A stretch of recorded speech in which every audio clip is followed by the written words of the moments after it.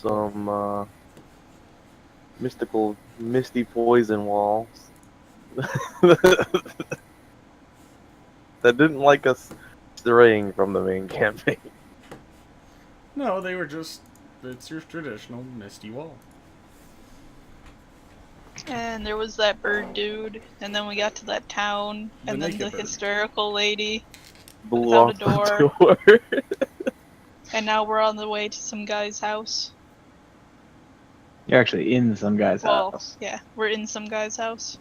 Oh, that's a thing. It doesn't have much things in it. Nothing you can steal. Well, you haven't really looked around, and point of fact, it actually does have kind of nice stuff around. I thought you labeled it more as the sparser thing. No, the exterior of the house is pretty beat up, charred, and there's claw marks all around the outside of it. There seem to be like trampled paths all around the perimeter of the house itself, while the rest of the property is kind of overgrown. But once you got inside, you noticed things were actually pretty nice. Lots of finely carved furniture and nice rugs, and you notice there are emblems that vaguely resemble the sun seem to be hung in just about every room.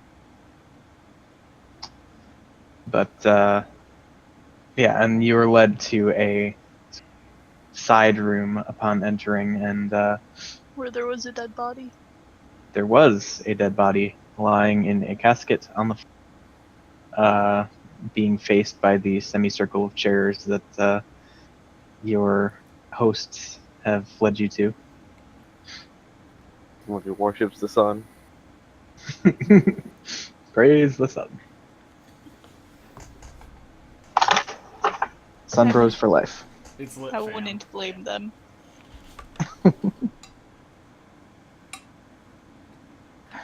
I mean, yeah. really, what's the difference? Between what?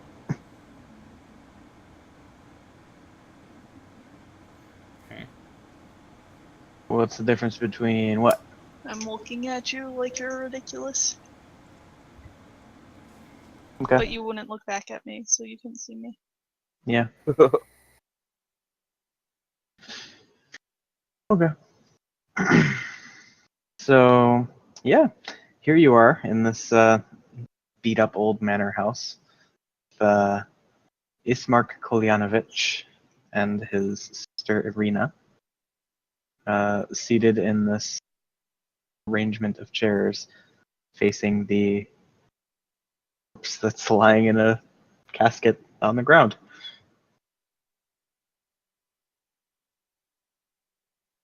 And mind you, at this point, probably about 7 p.m. or so. So you maybe have another hour or two of relative sunlight outside.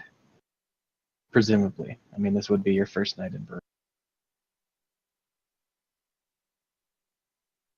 So we just sat down here. Nothing's happened. Well, we left off with you seeing the corpse. If you remember, you've been led to the residence by Ismark, sort of under the him having requested that you help him with some things, such as getting his sister out of the village to a safer place, as she has been touched by the devil, so he says. Is he in the room with us? Not the devil.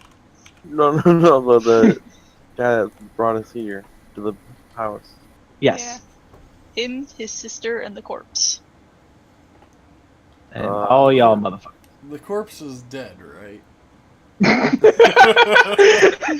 D&D questions. The corpse is dead, right? I mean, it wasn't the guy Inanimate? it wasn't the guy that we saw, was it? The guy you saw out in the woods? The naked guy it turned into a raven.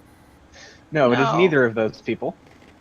In fact, looking at it, you kind of notice that there is a certain resemblance between Ismark and this individual. He's a bit older.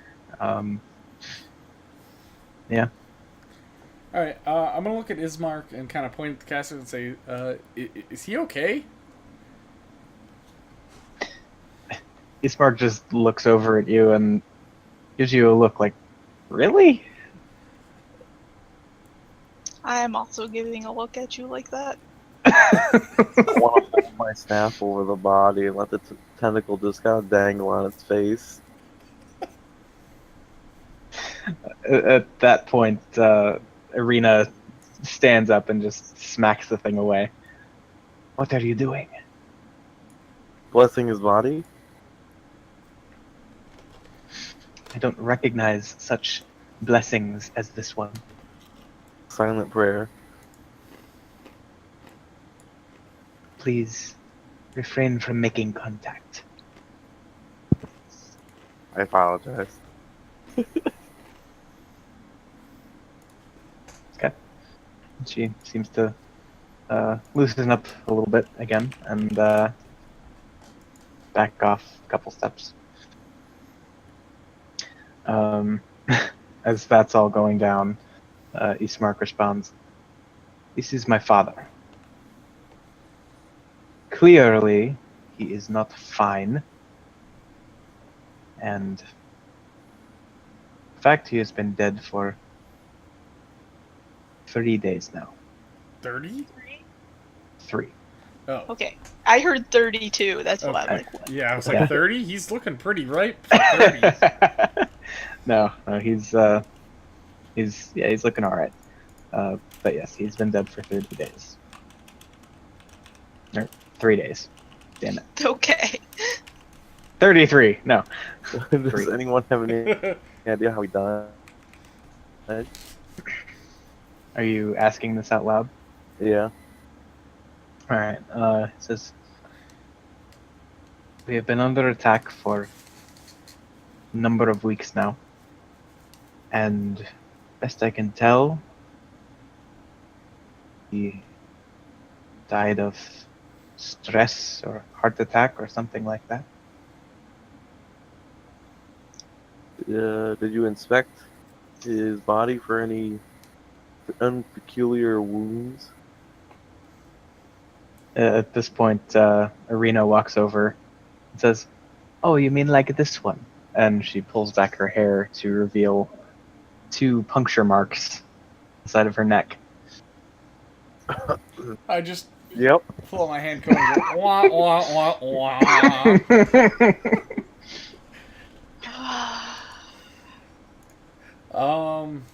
Yeah. Can I punch people in both campaigns continuously? In both campaigns. I look at Ismark and I just say, what is his name? If you don't mind me asking. Or what was his name? My father, you mean? Yes. He was the burgomaster of this village. The who what? The Burgermaster. That's Close. what I heard. Close. Was his brother It was the very hamburger? close. And at this point, I would say, let's see, who's the most... Okay, of all people, probably Ron would know from his travels that a burgomaster is essentially like a mayor of Oh. town or village. Because I can't use the German word for it. No. The German word being... Burgermeister? Oh, well, yeah. You just had to be close. Yeah. His name? Kolyan Indirovich. Oh, God. You can spell that, right? K. Call your mom a bitch. Okay, go into chat. There you go. Right. Because it was tight.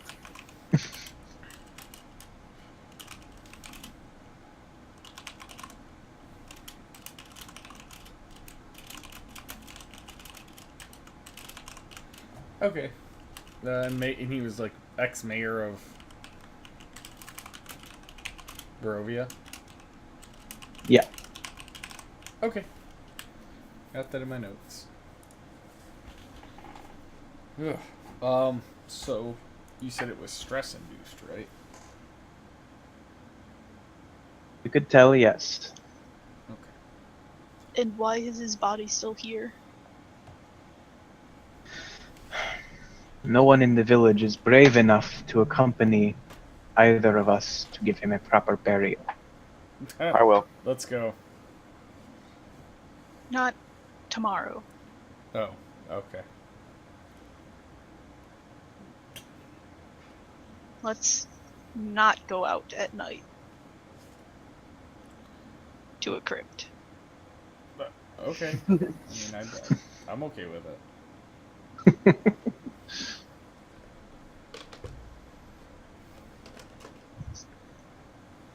So you mentioned the guy whose body we found in the middle of the woods. Dalvin. Yes. He was one of my father's men. One of his most trusted assistants. Do you know why he was traveling? I do not.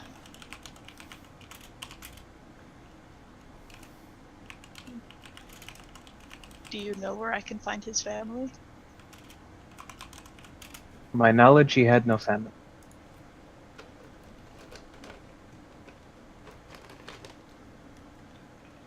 Okay.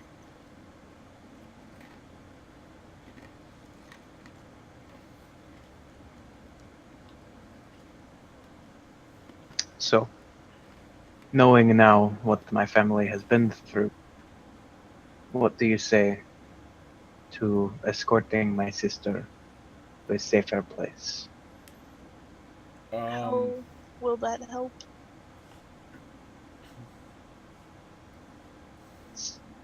Did you say, how will that help? Yeah. He says, one, it will get her farther away from the castle of Strad, which lies only a mile and a half or so from here. But perhaps we'll be able to hide her from his reach entirely.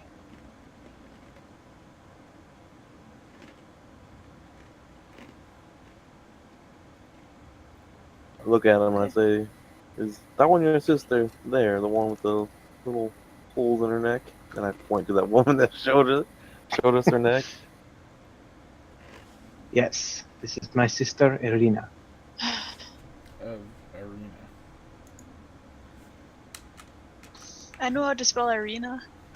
INA? Irena? Becca is very close. IRENE. It's a Y. Oh, It's double two E. E's. Motherfucker. No, usually Irina is usually Irena. Irina. Like Irene, but with an A at the end instead of an E. Irina. Okay. Irina. I'll look between the two of them and say, do you want us to help you with the burial, or do you want to get her out first? At this point, Irina chimes in and says, I'm not going anywhere until my father has a proper. Okay.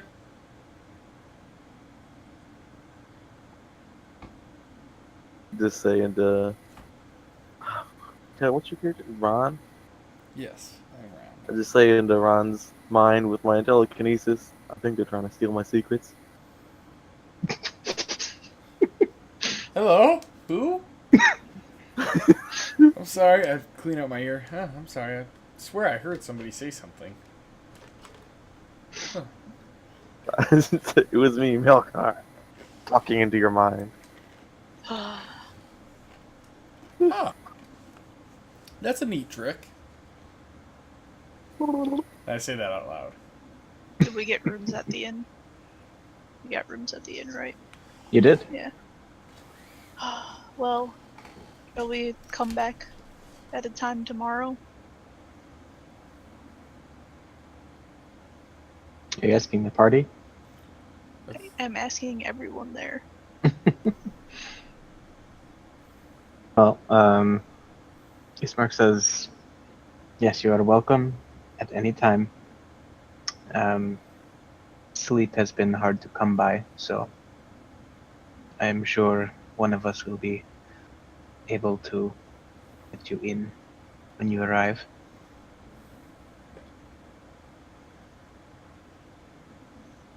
Okay. We shall see you tomorrow.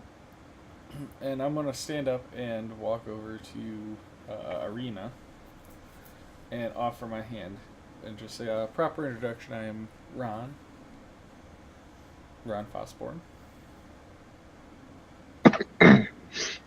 All right, and kind of surprised by this gesture, she hesitates for a moment and says, and I am Irina Kolyana. Kuliana. Pleasure to meet you. Yeah. Why do they all Yeah. have different last names? What the fuck? Well, if you notice, Ismark's last name and her last name are quite close. Yes. It's more of it's a gender thing. Ah. Why? Why is their father have a completely different name? Take a look at his first name, and then look at their last name. Oh, that's weird. Okay. Anyway, does she Let's touch make my it hand? complicated. What did you say? Does she touch my hand? Yes. I'm gonna. I know it's gonna be kind of weird, but I'm just gonna kind of murmur to myself, I'm gonna try to mask it in trying to remember her name. Like, Okay, let's clarify. Yes. You'd have to hold onto her hand for a minute. Yes. I just Okay. as soon as she says it, I kind of look off in the distance, and just kind of absentmindedly, my hand's still shaking hers, but I'm just saying her name, like I'm trying to remember it, and I'm using that as the way to cast it. I'll distract her, and I'll say into her mind, watch this. And then I just let the little tentacle do like a little wet slap on the side of Ron's cheek. After about 3 seconds of you holding her hand and refusing to let go, she just tries to tug it away. Like, what are you doing? Sorry. I'm trying to remember, memorize your name. Well, I can cast that. Okay. Okay. Yeah, and that's a casting time of 1 action. That's probably a little more viable. I Unfortunately, this is 1 minute. Yeah, okay. So, unfortunately, Ron's spell is not able to take hold, given the interruption. Yep. But in the meantime, Yowen, special name,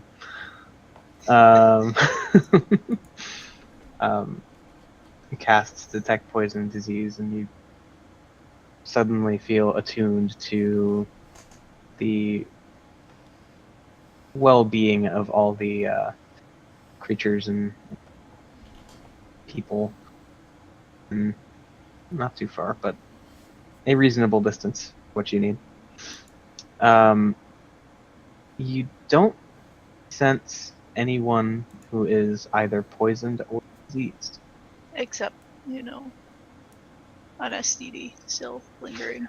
Yeah. Well, yeah, there's that. Forgot about You don't sense any relevant diseases. Okay.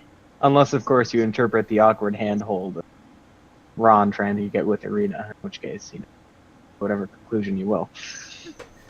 I just say, hello. You may call me Yoan.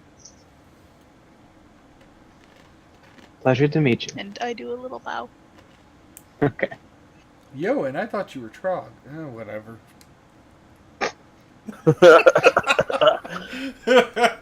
Sorry, I Well, had to. it seems like we will be traveling together much more. I figured you may actually want to know my real name. Oh, okay. It was all a You didn't ruse. suit much as a Trog. Anyway.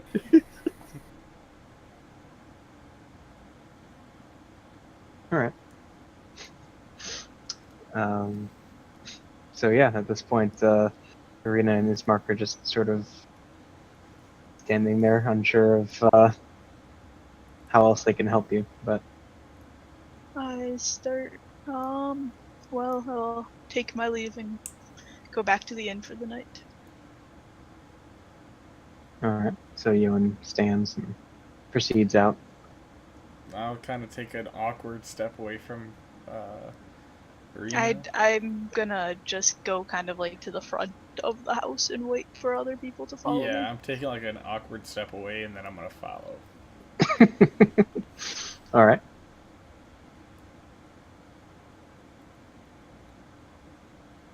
Car?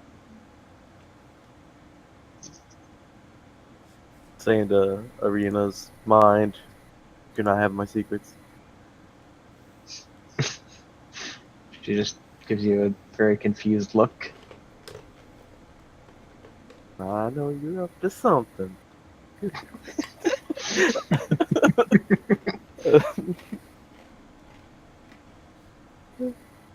Got my eye on you, and I point the staff towards her. Then I walk away. All right.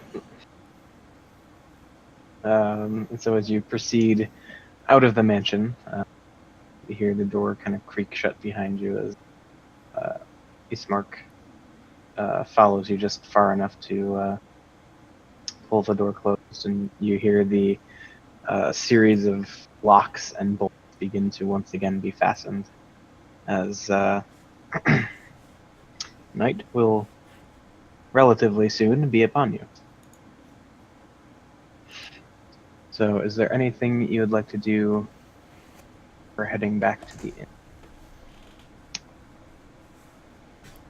I'd like to read my little lore book thingy.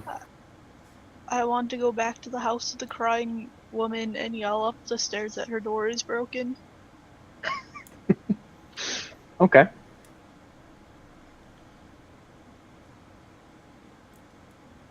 I'm The just gonna zone out and walk to the inn, and then sit at the bar and drink.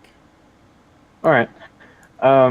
Yeah, the crying from the house of the woman that you visited earlier is certainly a bit quieter, though she still seems to be quite distressed given the recent events that have befallen her family. You don't get a response, but there is a brief pause, sobbing. Okay. Then I'll leave. All right. As you, well, as the group leaves the grounds of the manor to begin this whole journey back, you do see, looks like an old woman just kind of walking through the streets, seemingly peddling some sort of food. Go ahead and all make perception checks, actually.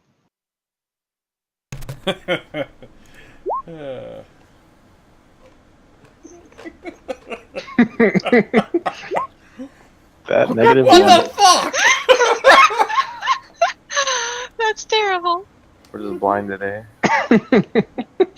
All right. Somehow you actually almost managed to get run over by a cart, despite once you actually notice it's there, it's like it creaks and rattles, and you hear this kind of scraping of wood on wood as it kind of traverses the uneven cobblestones that make up the street. This hunched over old. You're not even sure she really takes notice of you as she walks by and just barely able to duck out of the way. But yeah, she just kind of continues on, and yeah, you don't even happen to notice what it is she's selling because you are all apparently focused on drastically different things. I'm going to, like, are we actually jumping out of the way, or is it just, like, walking along and not noticing? I would say the party as a whole is probably walking along, and none of you notice this old lady pushing the cart, and so you all kind of walk out in front of her, and just manage to, like, oh shit, and you duck out of the way at the last minute. Sorry. I'll just say, son of a bitch.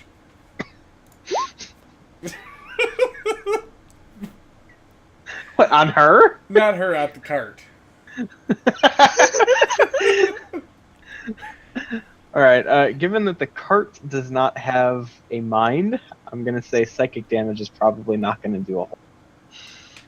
But I tried. You did indeed try. Say into her mind, watch where you're going. You hear the cart pause and just see the old woman kind of look around. What? Never mind. Oh, going. What are you selling? You did it. I did it exactly like that too. She kind of looks at you and says, are you all right? No, he's not. I think I'm okay. I like start looking at myself.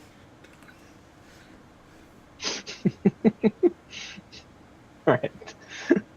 So she kind of waits for you to evaluate your own well-being. I only look back at her after a couple seconds. All right. Yeah, I'm fine. Just kind of shrug. Okay.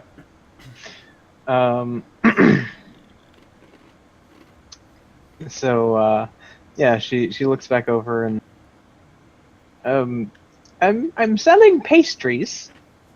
My own special recipe. Ooh, I'll take 5? Well, okay. That will be 5 gold. Done. Hands her 5 gold. All right. Yes. So you can go ahead and add 5 dream pastries to your inventory. Green pastry. Yeah. And looking at it, they essentially look and well, from this vantage point, smell like small mincemeat pies. Huh. I've never had a mincemeat pie. It's like a pot pie? No, it's minced meat, cinnamon, lots of herbs. I don't know how to describe it. It's unique. Like sweetmeats? I don't know. Oh, it's fruit. It's like a fruit pie. Yeah, Oh, I got you. but it's I don't know how to describe it. It's got some spice to it. Yeah, Yeah. and it's like a dark brown color. Yep, I'm looking it up right now. I don't know how to describe it. It almost looks like a pecan pie. But it doesn't taste like a pecan pie. I don't want it then. Okay. I would assume that I like it. So, in character wise. Okay. So I will take a bite. How does it taste? Pretty much like a mincemeat pie. I mean, is it good or does it taste like she overdid it on the fruit? Or It's pretty good. okay, all right. I'll offer one to the other two. We'll take it and eat it. Okay. Uh, So, go ahead. Save it for later.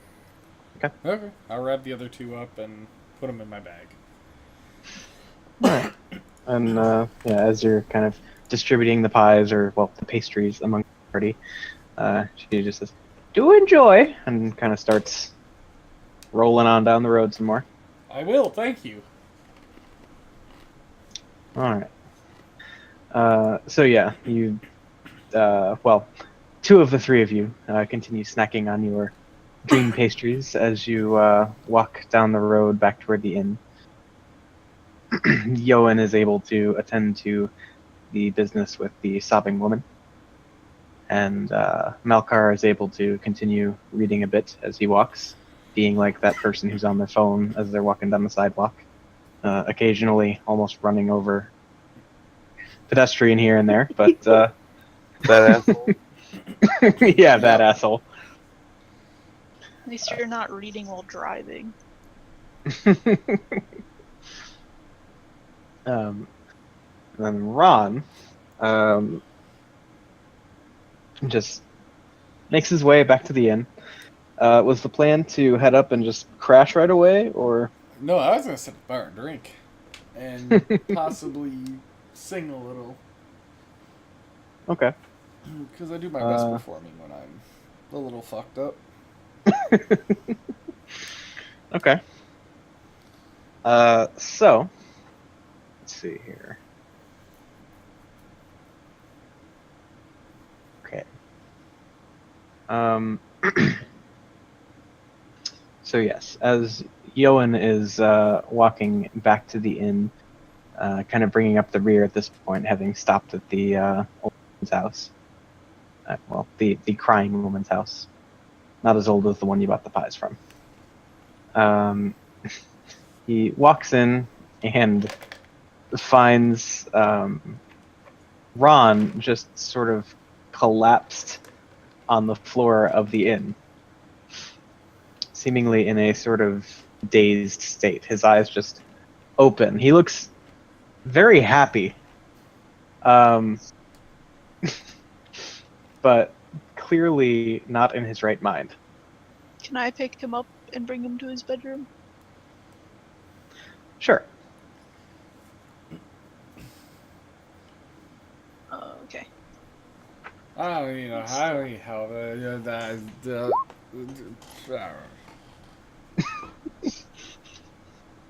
and that's about all. And then I want to go back to go to sleep. I'm done. I dealt with people today. Okay. From Ron's perspective, that did happen just as you cleared the front door of the inn. So your night was actually cut quite short. Wait, so I just walked in and fell flat on my face? Yep. Oh, okay. It was a good time though. You were tripping, and it was. Well, let's see. You were essentially in a, for lack of a better term, a catatonic state, but your eyes were open. You were hallucinating. Huh. You were essentially having a vivid dream of being in this joyous place, far removed from the dark locale of Barovia that you currently find yourselves in. So yeah, that's a thing. So I was dreaming. I just and yeah, no, you were like tripping balls for, let's see, 6 hours. Oh. In the meantime, as the two of you were wrapped up in that, what was Malkar doing? Like during the whole night? Well, so you walked back to the inn while reading your book. What did you do when you got back? And yeah. Or staying at the inn, we're not sleeping at the other people's houses? No. And I would say you probably turn around, and just about the time Yoan is walking in and noticing Ron on the floor, you also kind of hear the thump and turn around and see what's going on. I just laugh on the sight. I'll pay for our rooms. We already paid for them. Yeah, I did. Oh yeah, I forgot about that. Okay. You I guess more I'll than just welcome help. to pay again.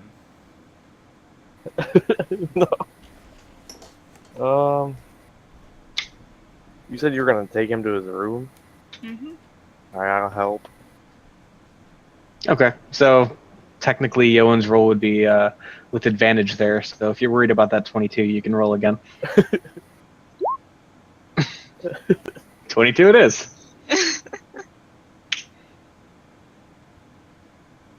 Okay. Anything Yeah. else? I Sorry. was gonna say afterwards I'll go to bed. Okay. So yeah, after 6 hours of this vivid hallucinatory dream, Ron wakes up in a bed, having not been up to his rented room before. He actually has no idea where he is. So what's Ron doing when he wakes up in this strange bed 6 hours later? I'm just gonna wake up and sit up and hold my hand. I'm never doing shrooms again. And I'll look around and what? Whoa, where am I?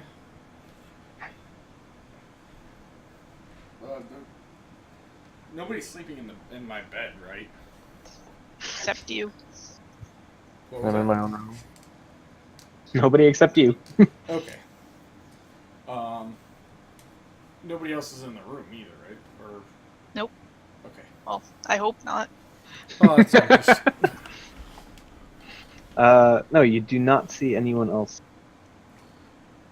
I would say there is a candle that is just sort of reaching the very bottom of its burnable wick, and Oh gosh. I would have blown that out so we didn't cause a fire. okay, then it's pitch dark, and well, you see just a tiny, tiny bit of moonlight, kind of cascading in through the window, but nothing to be seen in your room. Was that considered a long rest? I would say not quite. Like if you were to like go back to sleep for a couple hours, you'd probably finish a long rest, so to speak. But mind you, at this point, just again for reference, it's probably like 2 in the morning. All right, I'll get up and walk over to my door, open it. Okay.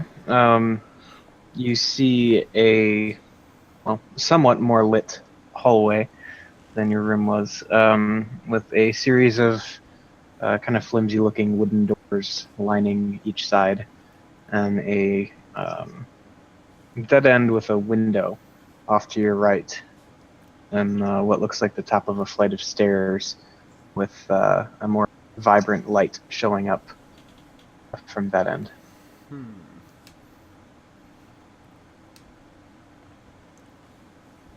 I mean, I've been in inns before. Do I recognize that this is an inn?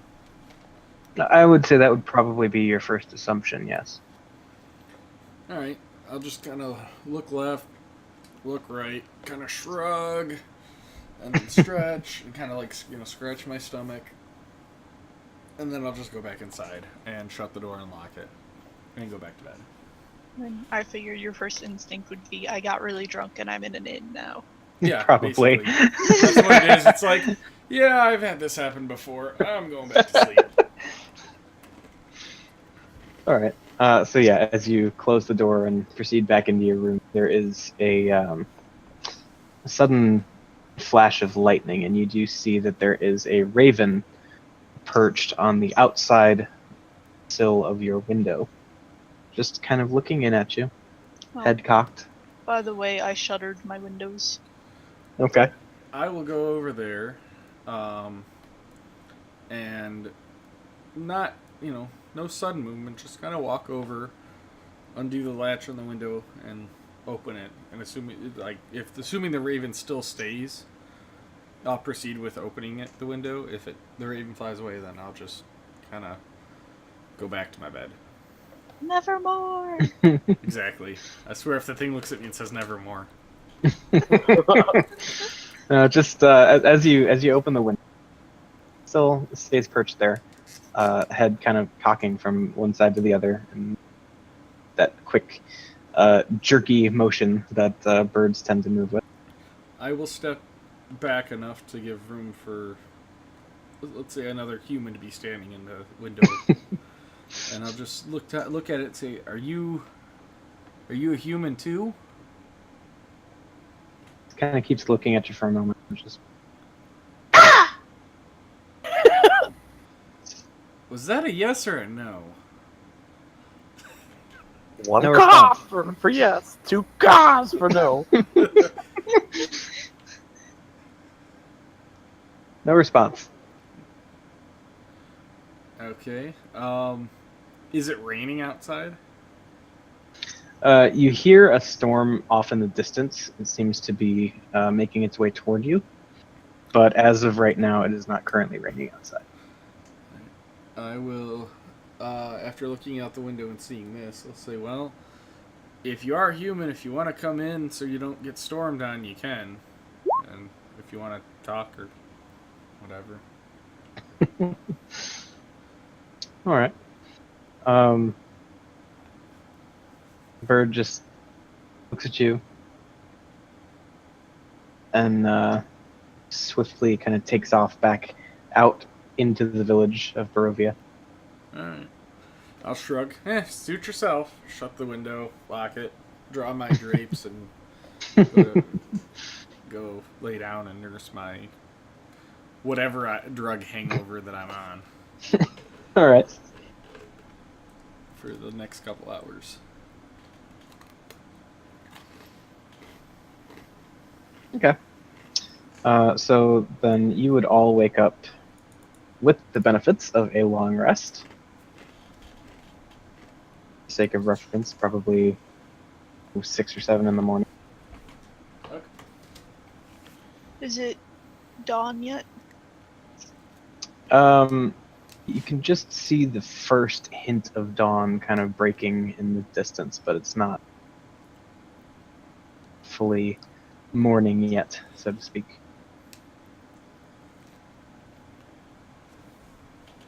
Okay. I will head downstairs and ask for breakfast and a mug of ale. Just Oh, out of gosh. curiosity. And a storm here too. Yeah. So what were you saying, Taylor? Just out of curiosity, I only had a couple hours left, and it was around 2 when I got up, right? Yeah, you could feasibly get up at 4 if there's something you want to do. I'll get up around the time it starts getting light out, or brighter. Okay, Which so is now. around the same time. Okay. Well, I didn't know if Strahd was, or not Strahd, Barovia was, I mean, got that's dark. what he said, though. Oh, I asked. okay, I didn't hear that then. So when it gets light out, I'll go down and sit at the bar and just watch every person that comes down the stairs, expecting my bandmates or somebody I recognize from the concert I had played to come. Okay. Just lightly drinking, like just kind of sipping on some beer. All right. Well, both of you, as you approach the bar and ask for beer, the barkeep It says sternly only reminds you. wine. Yes, it says, "No ale, only wine." Oh, Can I have a cup of wine, please? Yes. I will have one as well. All right, and so there's 2 glasses of wine. Do I recognize Yoan? Yes, you do. And how much of my memory is there? Like, do I recognize Yoan as what Yoan is? Yeah, you remember everything that had transpired thus far through your trip in Barovia. Up until the point when you walked into the inn last night and things just sort of go blank. Ah. Okay. And As an aside, you each are charged 1 copper for your wine. Okay. And my breakfast? Let's make it an even 2 copper. Okay. So did oh, good. Ron, as I said, did Ron get raped by a naked raven man when I was gone? No, he did not. No. Did it take off or something? Yeah. Yeah. Okay.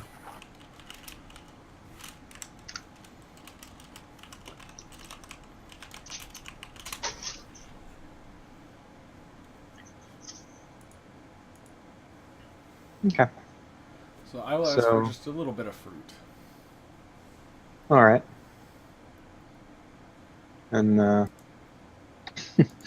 he the short chubby barkeeper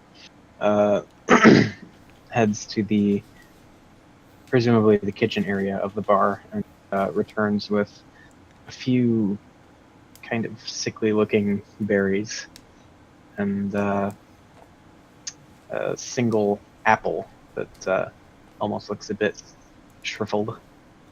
Prestidigitation on them. All right.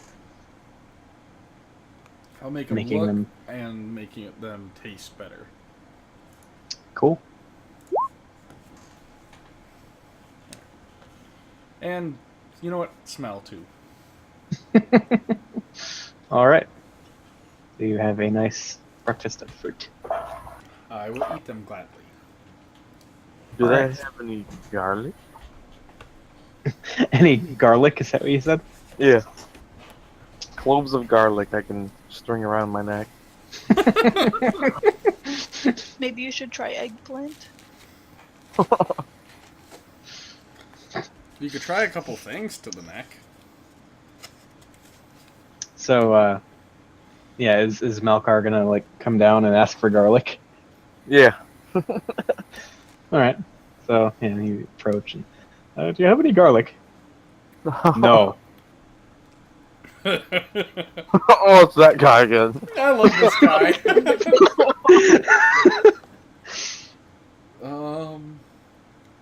The fuck was his name? The barkeep? Yeah, I thought I had it wrote. No. You Name actually is never no. asked. Oh. Right. You have a name? Yes. I was waiting for him to be like, no.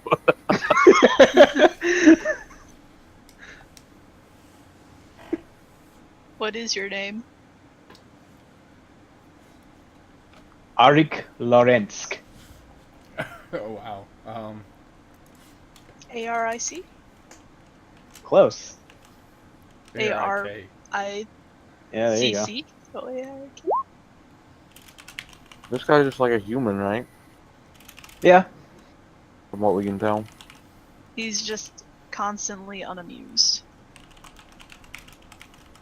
That is his state of being.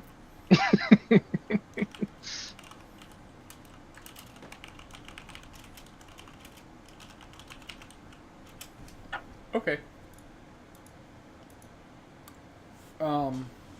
Then I'll look at him and say, "Oh, do you own this establishment?"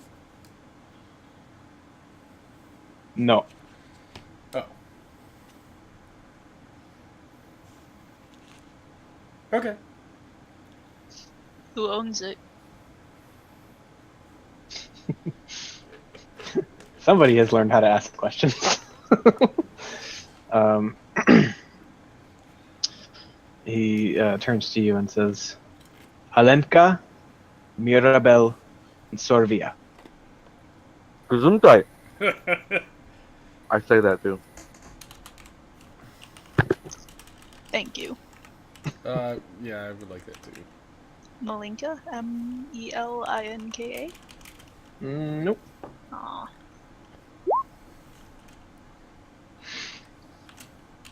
Oh, Alinka. I thought it was Malinka.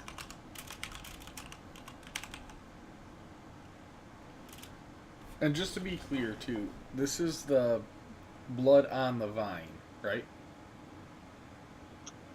Yes. Well, it's been defaced to say blood on the vine. The original sign says blood of the vine. Okay. Cool. Just wanted to make sure. But yes, it is that place.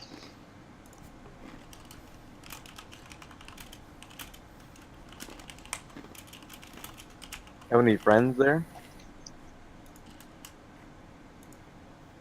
You're asking the barkeep if he has any friends? Yeah. No. Want one? No. Oh, fine. I like you. No.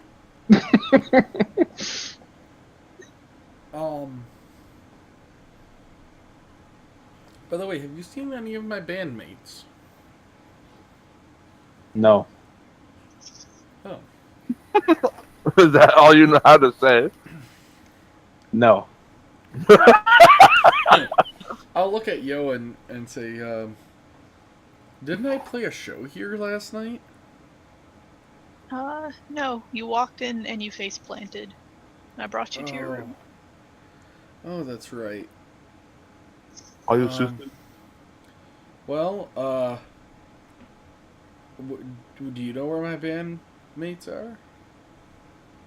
Probably back before we got here. Oh, that's right. Wait. So the mist and the smelling bad and that was all real?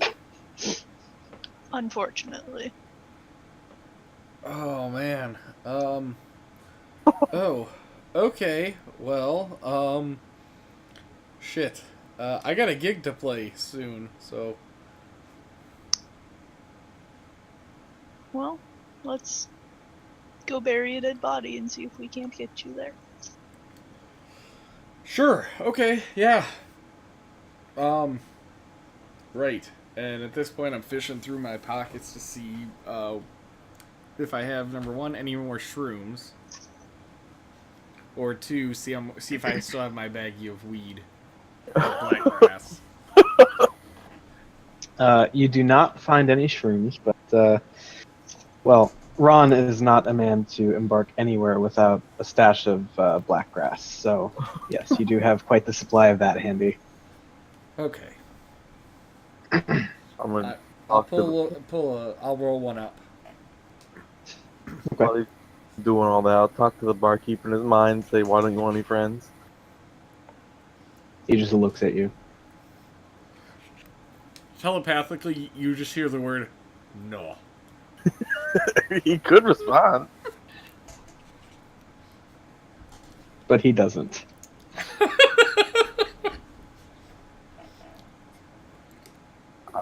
I'm just gonna visualize a big middle finger in our connection, so he can see it in his mind. He says and does absolutely nothing, just maintaining his blank gaze at you. What the fuck? You must be fun at parties. Same. Just dead on stare.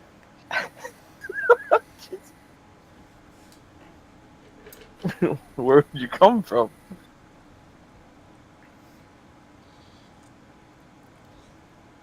You're asking where he comes from? Is that what you said? Yeah. In his mind. Yeah.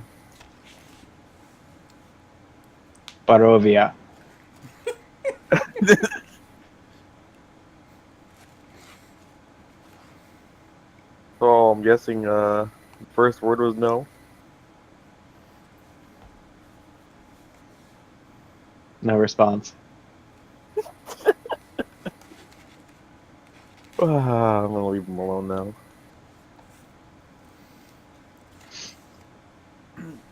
Is blackgrass legal to use, or is it like super taboo illegal? Well, for starters, you're not really sure about a lot of these cultural type things in India. No, but I'm talking about in general. Like, In Back from where general, you came. yeah, in general, like in well, in the kingdom of Akarant, before you got swept away to Barovia, it's not illegal per se, but it's one of those things. It just has a stigma to it because there are stereotypes, much like in the real. You think of a stoner, you think of a certain kind of person. The same kind of holds true with people who smoke black grass. They're seen as unproductive, lazy, all of that fun stuff. but like if I pulled it out and lit it in an inn, was that He kind will of a probably no-no? say no. Yeah, it just looks at you. No.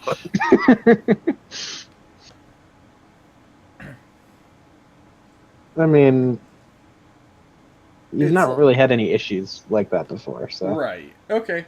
So, like usual, pull it out and get ready to try to light it. Say in your mind, blow it in his face. What? What is that voice I keep hearing? And I look over at what the fuck is your name? Malgar? Malkar. I look over at Malkar and say, "Are you talking to me in my head?" Yeah. Something I can do. Oh, I wondered why it sounded like your voice. I just say into your mind that you can speak in your mind and back to me, and I can. No one will hear. Blow it in his face. Hello. Hey, this is all in. This is in my mind. I'm thinking, hello. Just the mic tapping sound like that. Dude, do you hear me? Hello? Testing. You trying to direct it towards me? Yeah. No, I'm pretty sure I'll be able to hear you. Yeah, I'm saying it in my mind. Do you hear me? Hello? Is this how? Yep. Is this thing on? Yep. Oh! Oh, this is fucking cool! Huh. Okay. So what did you want to tell me? His face. What was that? I'll give you a gold to blow it in his face. Blow. Oh, this. Here, you want to hit? And without, like, saying anything, I light it and puff and then hand it off, try to hand it off to Melkar. I want to, like, stand where I'm facing the barkeep, like, just on the other side of the counter. I want to take a big drag and then just nonchalantly look him dead in the eyes and just blow it in his face.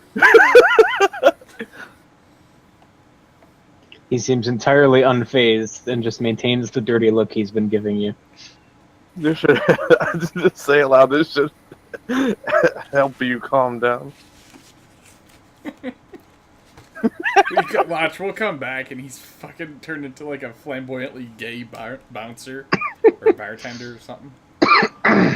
I'm just gonna say thank you for the rooms and turn around and leave and start walking towards the mansion. Okay. I'll place a gold up. Wait up, and I'll grab my joint of black grass from Malkar and take off running out the door. I'll place the gold on the counter for the barkeep. I won't even say anything. I'll just place it there and walk away, following them.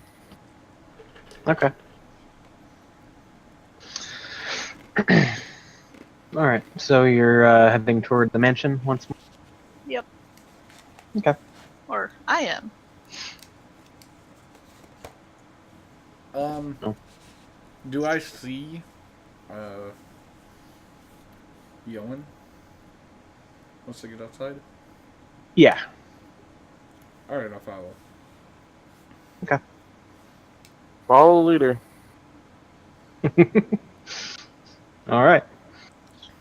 So yeah, you walk to the kind of outer reach of the village where the mansion sits, and proceed back up the long path leading up to the house itself, seeing once more the overgrown with the trampled areas.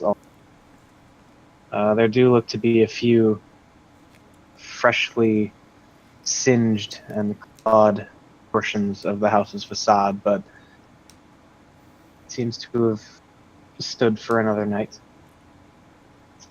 As you approach the front door, it's again greeted with the um, large metallic rings that dangle from each one, presumably used for knocking.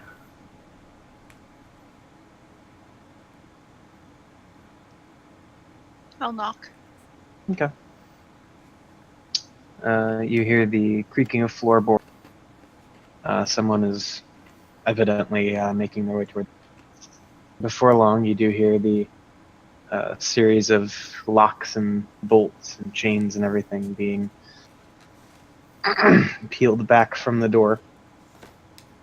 And eventually, you just hear as it swings open, and you see Ismark in front of you. And upon kind of realizing who's at the door, he says, "Morning. Are you Morning. ready to do this?" Yeah, hey, did you know you've got some fresh marks on your house? I did. Thank you. Oh, okay. You're welcome. As ready as one could ever be. All right. So he opens the door a bit more to allow you all to file in, and again leads you to the sort of side chamber where the coffin still lies open, with the corpse of his father just lying there, looking somewhat at peace, though evidently quite dead. Um, so he then kind of looks at you, looks at the well, he looks at the party as a whole, and looks over at the coffin. Says, "One moment." You see him kind of just walk over to another door to this room, open it slightly, kind of lean out, and you hear him call for his sister, Irina. And you hear some sort of muffled response before eventually hearing what sounds like footfalls coming down a flight of stairs. She makes her way into the room. And, good morning. Morning. Kind of gentle bow to all of you. I nod. Okay. And as the siblings kind of return, Ismark sort of takes the lead and, all right, so will help me carry the body.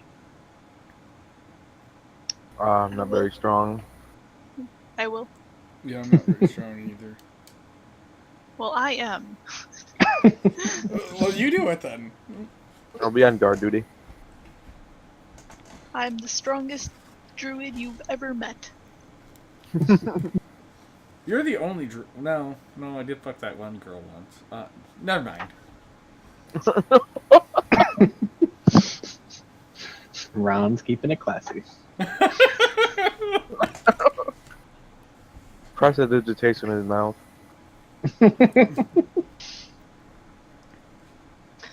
All right. And so before gesturing to you to pick up the other end of this somewhat light, kind of cheaply made coffin, um, he kind of explains the whole premise of the day to you. He says, "So we shall head back toward the town square where we met at the inn, and beyond that to the opposite end of the village, where we will find the church. Must speak to Father Donovich and make arrangements with him to perform the last rites, the funeral rites. We already have a plot, but haven't had the means to transport the body safely. So this should be a relatively painless." Okay.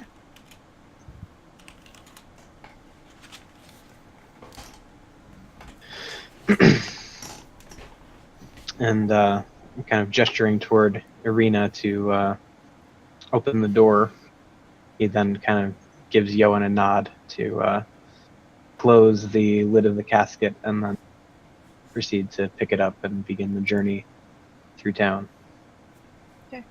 I help him carry it. All right. Do I need to make a check for that to see if it? Yeah, I'm gonna say make that an athletics check. Got 20. Close enough. Yeah, not bad. So Drop yes. the casket, it breaks, body falls out, explodes. So yes, it actually seems as though Yoan is probably doing most of the work here. But the casket stays aloft nonetheless, and you are able to slowly but surely make your way through the streets of the village of Barovia.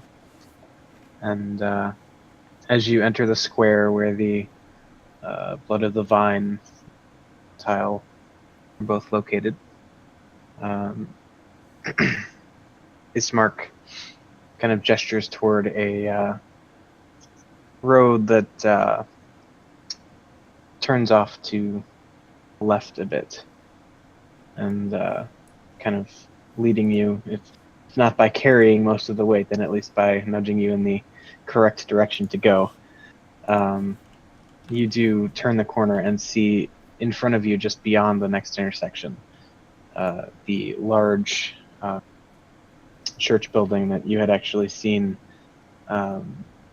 during your approach to the village. As you cross the last street and make your approach, you see looks like a pretty simple structure for the church proper.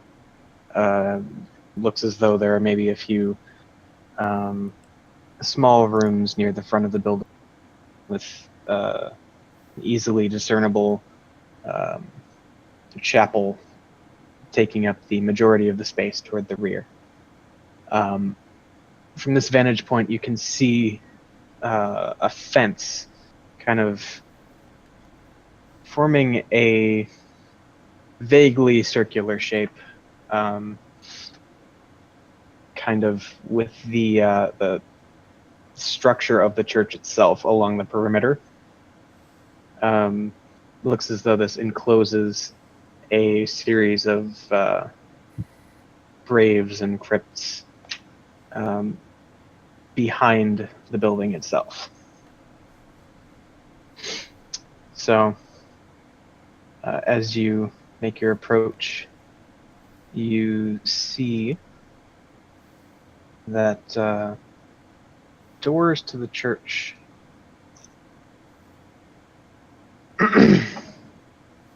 stand closed, but certainly scarred, much like the home of Irina and Ismark. You see a number of claw marks and scorch marks along the exterior.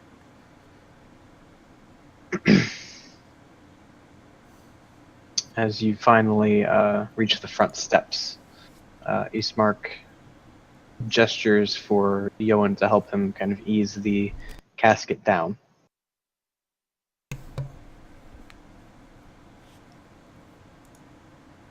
Does Yoan do this? Yeah. Okay. At which point he walks over toward the front doors of the church, and just well, first he knocks on them.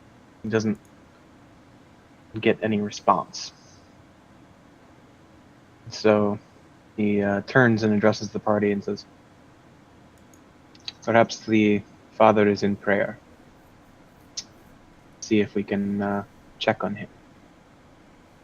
Okay. So he tries the door, half expecting it to be locked, but it does in fact swing open.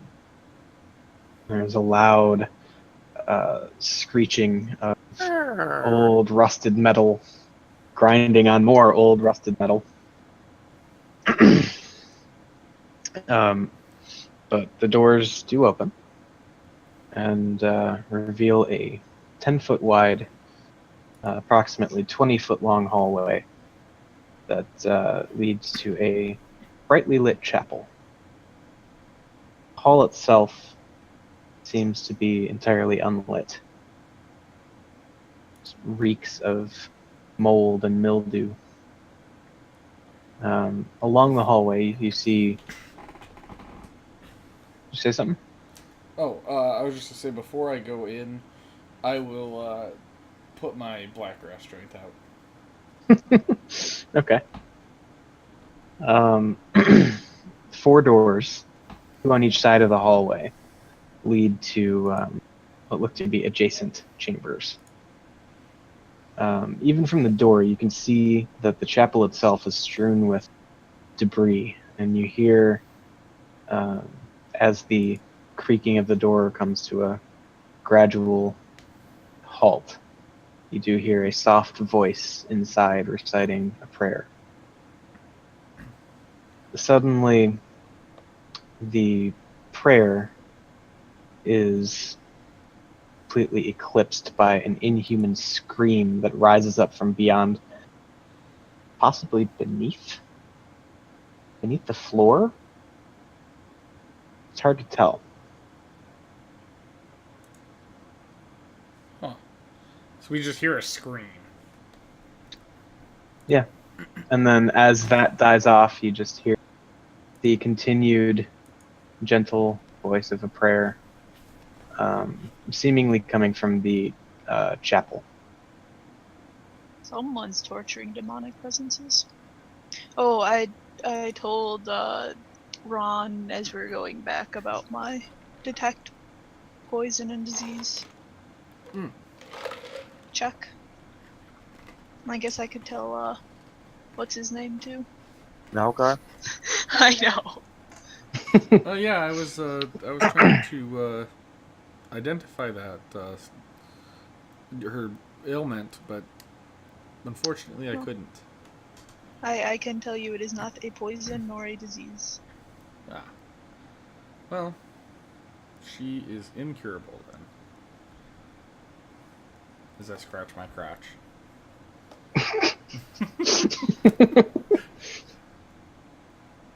Maybe just not curable by your methods. Possibly.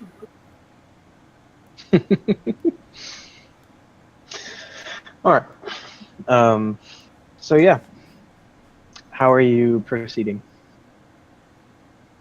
I'll walk in. I'm not really phased too much by I this. mean, I have a coffin with me, so I'm going where the coffin goes.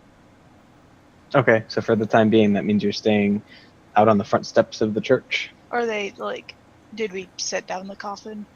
Yeah. Oh, okay. Then I'll go where Guy was whispering a what's little his prayer. name goes. Are you talking about the NPC? Yeah. Ismark. Bismarck. Eastmark with Is- an I as the first letter. Bismarck. He's now Bismarck. No, he is Ismark. He is Bismarck. At least he's not Bisquick. We haven't gotten to that yet. We got to go south for that one. Well, we seem to be going south pretty quickly. All right. So, yeah, we've got Ron going in. We've got Yoan going in. I'm gonna go in as well. I don't Press burst it. into flames going in there, do I? No, you all seem to take that first step over the threshold of the church and not be harmed. Oh, okay.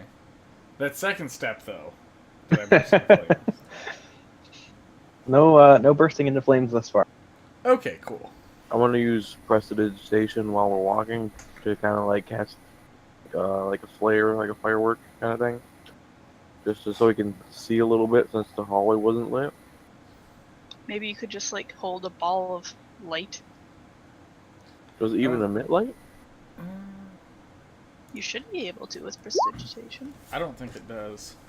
We can light candles, but we have to have something to light. I mean, I can light the church. At first, I thought that's what you were gonna do. Welcome to Norway.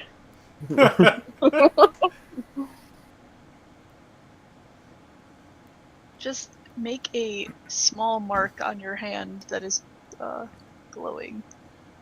Do we see any? Like, do we see? We don't see any candelabras or like candles or anything, do we? There are a few candles that do seem to be mounted on the walls. The majority of them are burned pretty low, but given that this is a 20-foot hallway in length, you don't have a whole lot of distance to cover here anyway. So if you'd like to light a candle, you certainly could. I will do that. Prestidigitation, just snap my fingers and candle lights. Okay. Look I'll over make a at... glowing penis mark on Ron's cheek with prestidigitation. I don't think you can... I don't know. I guess you could do that. I don't know. It's up to Eric. I mean, his face is a surface. Okay. And I look back at Malkar and I say, was it so hard to light that candle? Yeah. There's this obnoxious penis-shaped mark on Ron's face. I'm okay Is with it it. fluorescent green? Okay. So yes, are you proceeding forward to the chapel, or would you like to investigate any of the 4 rooms that line the hallway? I want to go Yeah, I'll over. go check out the first room. Okay, first room on the right or first room on the left? What's closer? They are equidistant. Let's go with the left. Okay. So yeah, you walk in.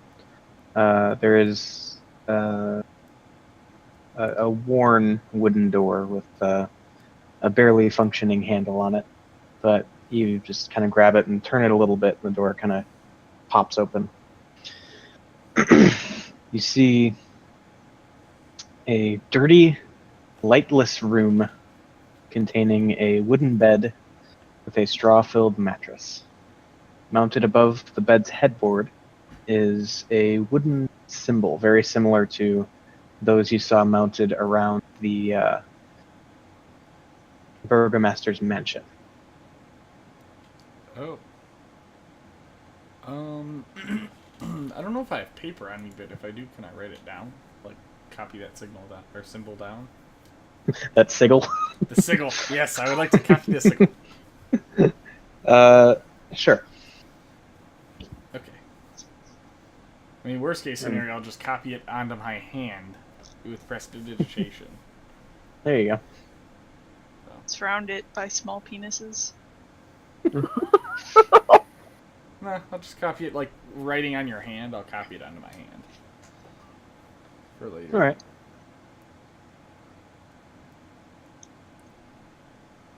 And really, that's all you see. It's a pretty bare room. Okay.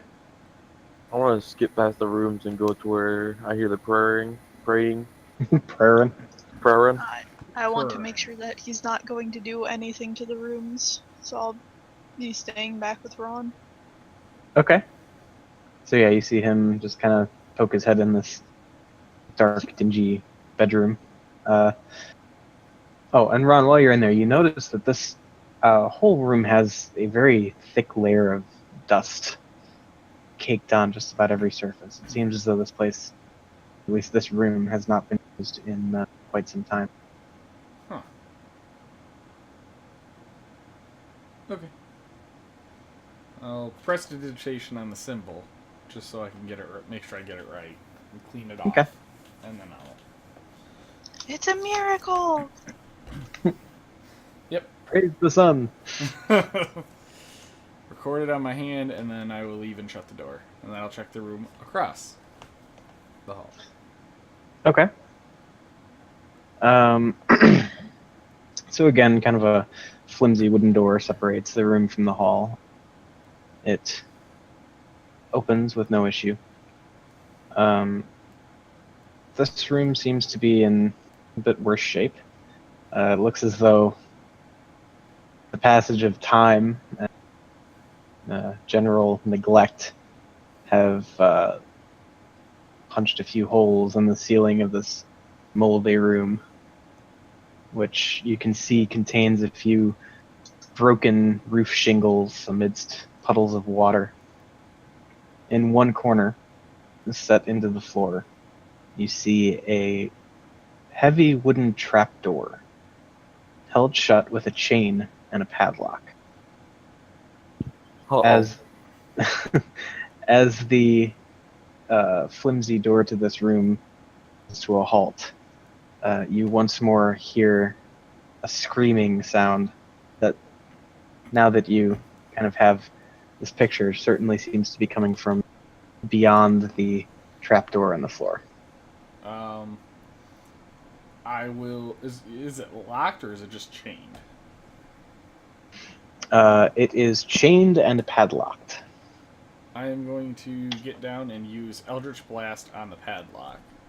Attempt to like kind of force it, basically blow it open. Okay.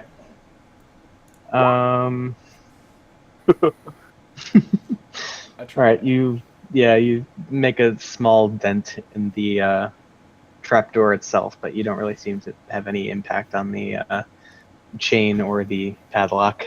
Is it a I wooden wanna door? reach up and grab him and fling him back and say, don't open that door. Why? There's somebody down there. Somebody or something. I don't know. I intended to find out. At this point, you hear actually intelligible screams coming from the trapdoor, yelling, "Father! I'm starving!"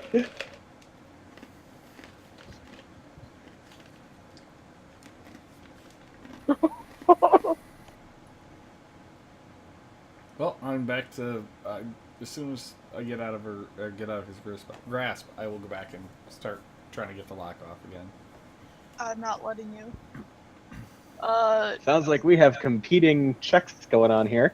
Yes. So for Yoan, that's going to be an athletics check, and for Ron, that's going to be either an athletics or acrobatics check. I am going to go with acrobatics, which I failed. All right. So belligerently kicking and screaming, Ron is indeed quite restrained by Yoan. Let's ask the father first why he's down there, then react.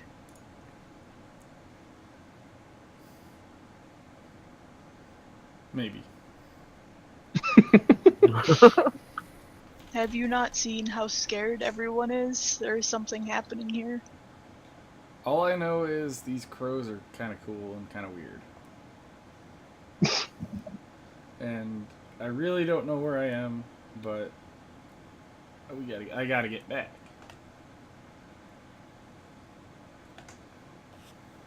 Well, breaking open this door won't make you go back faster. It might. Okay. Did I find the guy yet? Yeah, I would say as as you hear this kind of dull thump from back toward the entrance of the church, you do enter the uh, chapel proper, and looking around, you see um, places in shambles. There are a number of pews that have been flipped and broken, pieces of which are just kind of scattered around. Dozens of candles mounted in candlesticks and candelabras light every dusty corner in a fervent attempt to rid the chapel of shadows. At the far end of the church sits a scarred altar with marks of familiar claws. Those who have seen the outside of the church or the outside of the mansion. Behind the altar, you see what looks to be a priest kneeling in stained, dirty vestments. Next to him hangs a long, thick rope that stretches up into the bell tower of the church.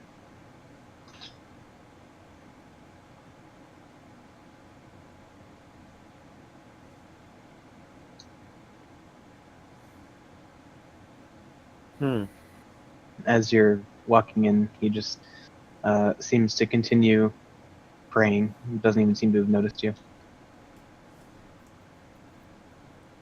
I'm just gonna sit down on like a bench.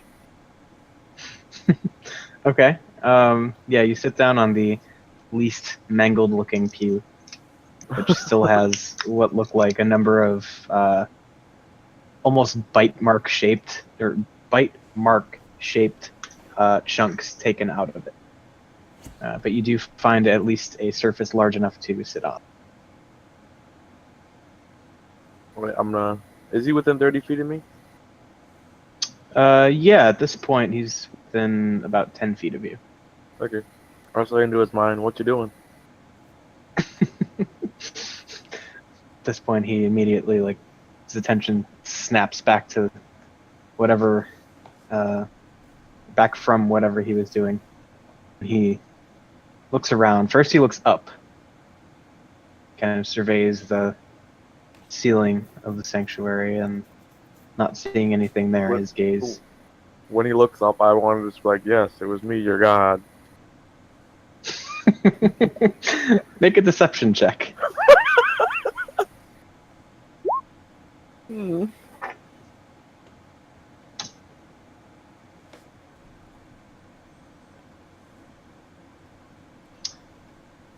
He doesn't seem preoccupied by this, and continues looking around, and eventually does his gaze does eventually settle on the human warlock sitting on his mangled bench.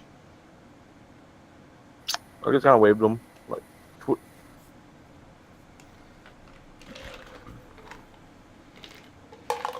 His eyes kind of go wide as he notices that he's not alone. Slowly, as he seems a bit worse for wear, he kind of hauls himself up, bracing himself on the altar that he's kneeling at. And he slowly makes his way around, his gaze constantly fixed on you. Says, "You're not one of the devil's servants, are you?" Depends on which one you're talking about, but my name is Malkar. here with a few other people. They'll be here in a moment. I believe you should And- recognize some other people. All right. And at this point, hearing the number of noises from within, Irina and Ismark are just kind of making their way into the main room of the chapel. And as they kind of lay eyes on the priest for the first time, Ismark calls out, "Father Donovich, I have need of your services or your divine ways. My father is dead. I need you to perform the last rites before we inter him."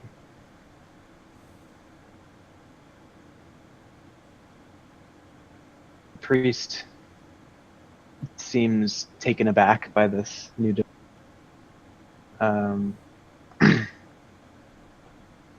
sort of unsure of what to do. As he seems to be processing this information, once again you just hear this blood-curdling scream erupt from the front corner of the church. Nothing intelligible this time, just "Ah!"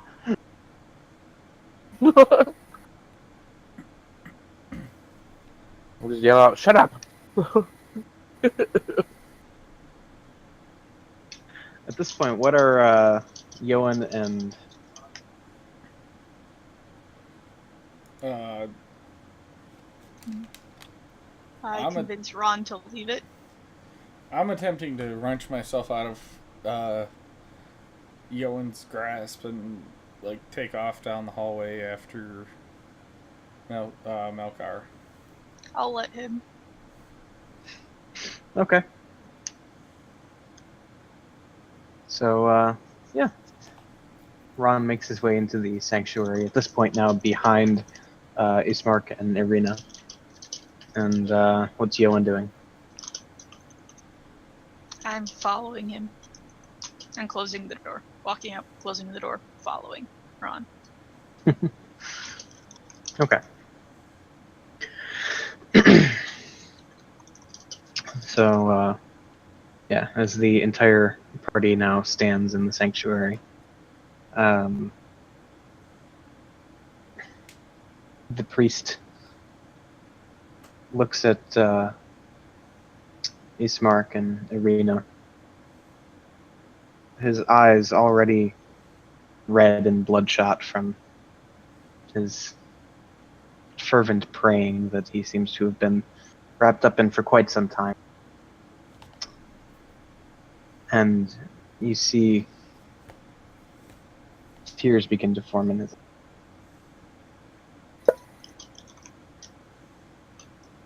And he says, "So the devil has claimed another."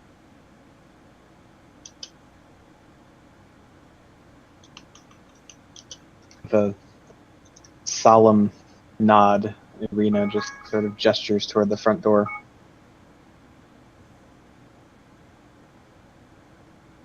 Very well.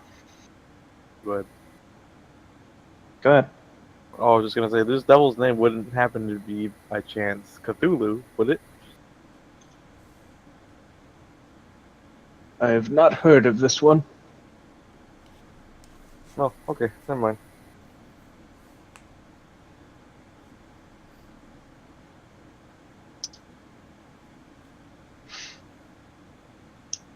At this point, he just starts walking toward the front door. Irina and Ismark just kind of fall in behind him. And, yeah, they make their way out. And you see Father Donovich kneel in front of the now open coffin. Reaches out and says a prayer over the deceased body of Burgomaster Bojan Indirovich.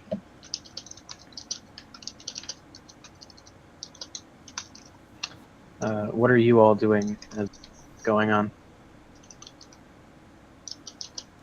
I'm gonna ask, what was that screaming I heard earlier that sounded like it came from under the floor, possibly?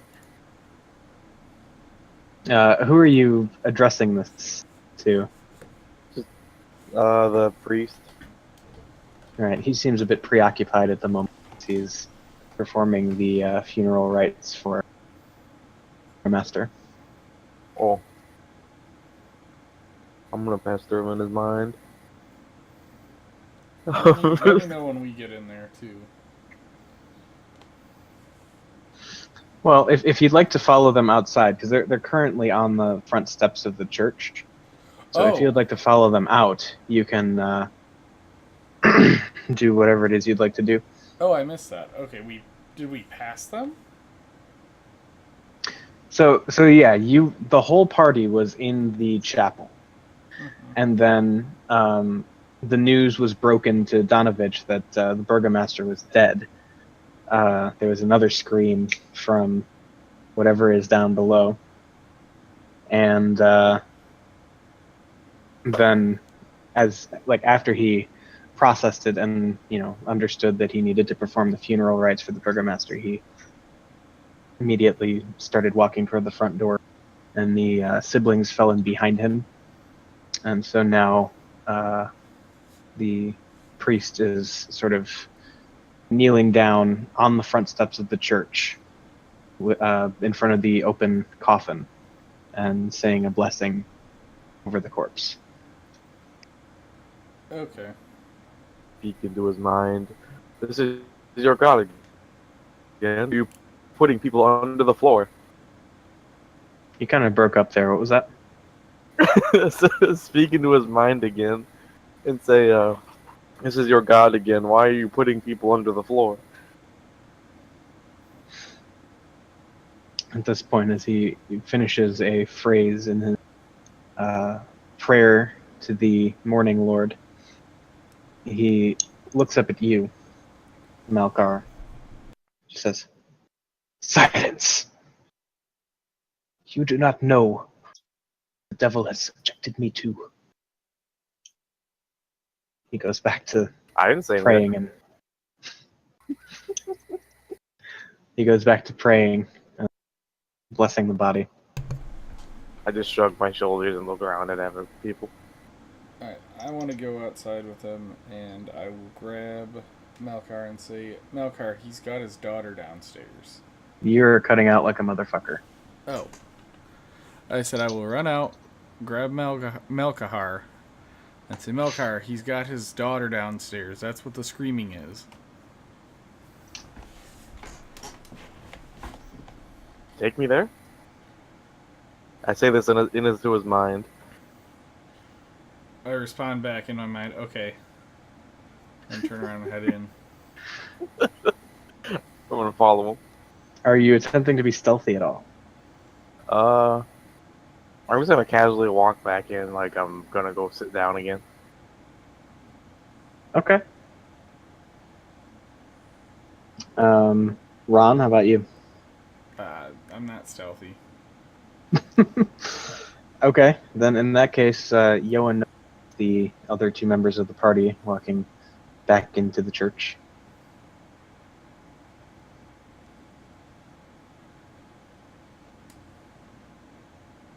Becca? What? You notice the other two walking back into the church as the priest is on the steps performing funeral rites. I'm gonna follow them. Okay. I'm Damn it. gonna lead him right to the room with the trapdoor Okay. and point out the trapdoor. All right. That woman underneath us, like screaming. Can't really tell what it is, but there's certainly something down there screaming. Does it like seem to follow people? Like it could hear our footsteps and it follows us and screams underneath us? No. It don't really get the impression that whatever is screaming is necessarily moving. Oh, okay. I will, as soon as we get in the room, I'll look back and say, I heard her say, or I heard it say, Daddy, Daddy, you're starving me, or something like that. So I think he's starving his daughter down here. He's gonna like knock on the little trap door.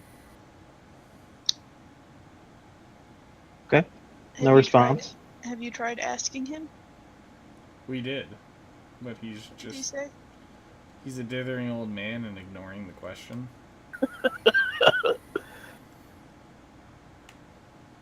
That's literally Ron's response.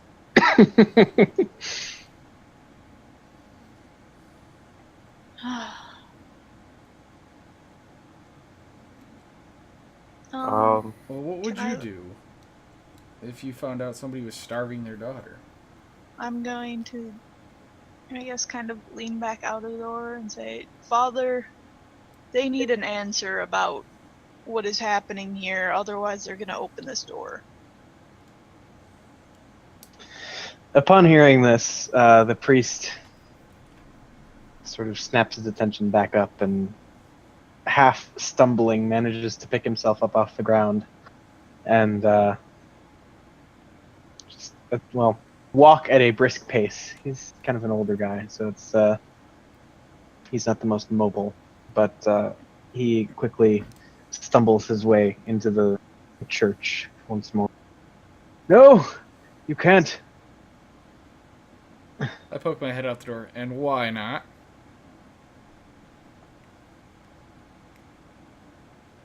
Locked in the undercroft is means by which the devil has chosen to torture me.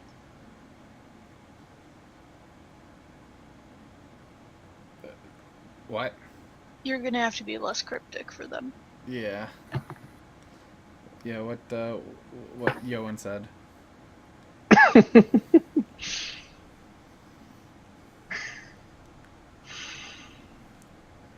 He sighs. Says,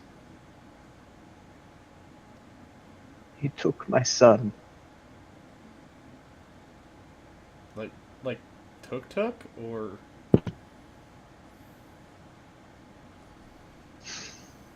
Just over a year ago now. My 20-year-old son, Doru, Doru?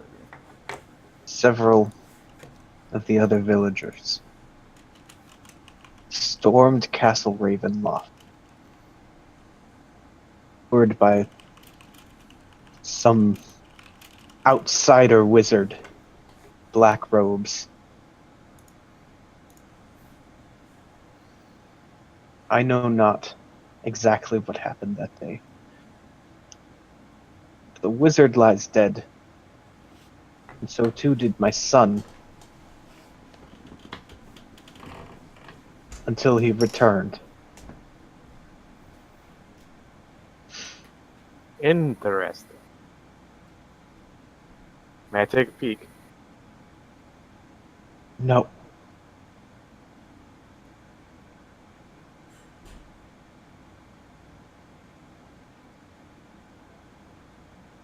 Hmm. Hmm.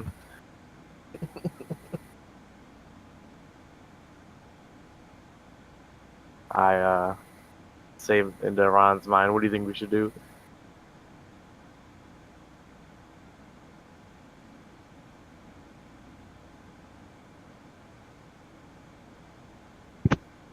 Hello?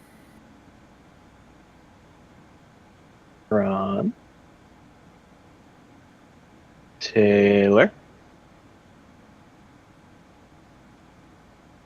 He just passed out hearing this news from shock.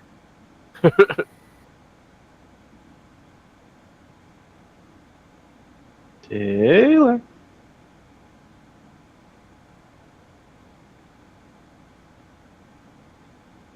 Rip.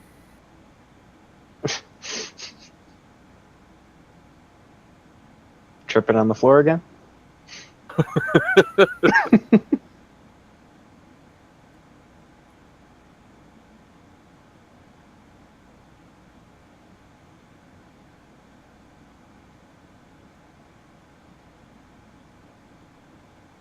Maybe he died?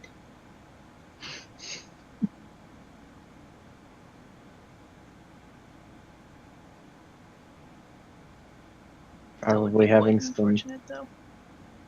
serious headset issues or something. But he didn't even type. That's true. It's odd. Calling Maybe him. Strahd got him. Turn around, he's gone.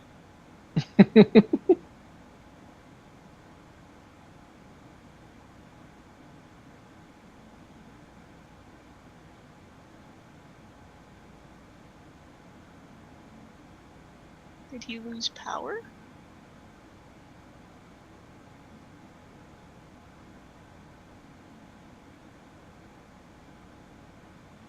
Didn't even answer his phone.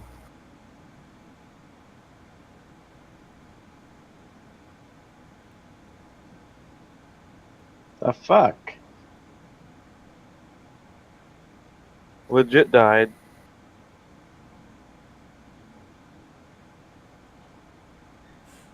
Emergency shit. Roll 20 being stupid. I had to take a shit, like really, really badly. Okay. So, well, you're gonna have to skip me for a minute. Do what you gotta do. Okay. Sudden poop. I guess I'll I think ask you should Owen eat what we better. should do. Barovia done scared the shit out of him. Floor monster. In before the church is a mimic. The whole church is a mimic. Just the bottom part. Luring us in. That would be gloriously evil. Let it eat me. I'm dead.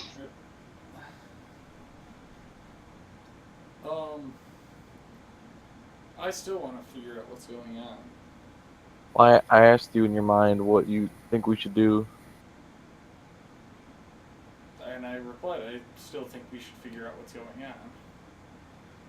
So I shouldn't blast the door open. I'd be okay with it. I am watching them very closely. Say on the count of 3. Both blast the door open at the same time. You say that out loud or in his head? It is. 1, 2, 3. Alright, Eldritch Blast, if I can get to it. I did a whole one. As soon as I do this, I'm going to charge the closest one and take them down. Alright. Dense mofos. I just want to set off the proverbial shit in the van. So, yeah. Don't really seem to make too much of a dent in that trap door. I say in my head, wow, we suck. I already tried this once and it didn't work. I give up. I just pout on the floor. Who am I tackling? I would say you're probably tackling Malkar, since Rom led him in and kind of showed him. Okay. So yeah, Melkar, I'm tackling you. Is it like a beating thing? Oh well, I'm fucked. I'm not even gonna roll. I have a -1. All right. Giggles. So, yes, Malkar is now subdued, while Ron is just kind of standing there fumbling. So you don't let undead creatures loose on the world of the living. Don't tell me what to I've do. seen worse. That doesn't mean we... You're no fun. I'll turn around and walk out. Ron, don't leave me here. I'll get up and let you go after him, but I won't let you near the door. Okay. I will go outside and light up my black wood or black grass. Right next to the dead body. Yep. I just say, don't mind them, they're just inquisitive. And then I'll look down and realize, oh shit, there is a dead body next to me, and I'll kind of walk, or, a little ways away and lean up against the church. Okay. So, having averted this, the priest walks back out and concludes his funeral rites. There isn't like a small wet spot in front of his pants where he thought the door might have been opened. No, it sounds like you guys were pretty bad at whatever it is you were doing. So, Okay. Did you follow me outside? Yeah. I offer the black grass. Okay. Yeah. I will follow everyone outside, but stay in the doorway of the church. I'm gonna share that dream pie or whatever it was that we got earlier. Share that with him. Oh, I've got one. I've got two, actually. Well, I'm gonna eat mine then, just to stuff my face. Alright. I'll actually pull my two out, and I'll give you another one, and I'll kind of munch on the one I have. Oh my goodness. What? just right. sitting there smoking a joint, eating meat pie in front of the church with the dead guy. I'm not carrying both your butts back. Wait, With why the not? pie is what knocked him on his ass? Oh, is that what happened? Did you not listen to her name of it? No, I didn't. Dream pie or something like that? A dream pastry. So, yeah, as the two of you are digging in, you both collapse in front of the church. Oh! At least there's people nearby. Did I notice them eating the pastries? we are the dumbest people. I have no fucking idea. God damn. Like, I don't. I don't know what it does. I didn't. No, me either. Like, I just. I'm the person that people are like, how in the world do you fall asleep in D&D? And yet I'm paying more attention than everyone most of the Well, time. no, it's not paying attention. I know the name of it. I didn't make a connection. My And character- I even when I passed the fuck out, I didn't make the connection. I thought it was some. Oh, drugs I you was ate on. this and then walked somewhere and then passed out? I didn't For realize no other that. reason? That is like realization of the night. Oh. My wisdom is -1. All right, I have an 8. Well, what's your intelligence? 14. Anyone else have an excuse? I just didn't know yet. Yeah, Those fancy name for a pie. I've never heard of them before. Me either.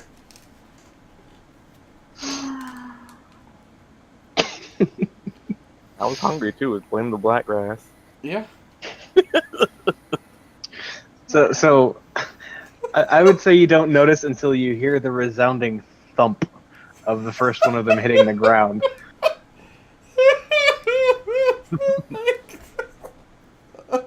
And then I guess I go over there and probably see remnants of pie, Yeah, and I'll make the connection. yeah, it's probably easy enough to do.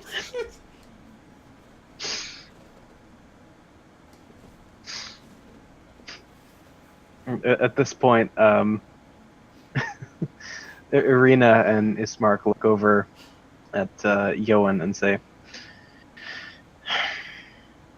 "Well, given recent developments,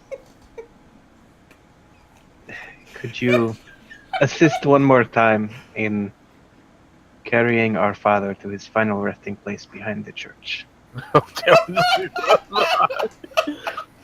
Yes, I could. Many thanks. We will, of course, help you and your friends return to, well, relative safety somewhere. They're idiots.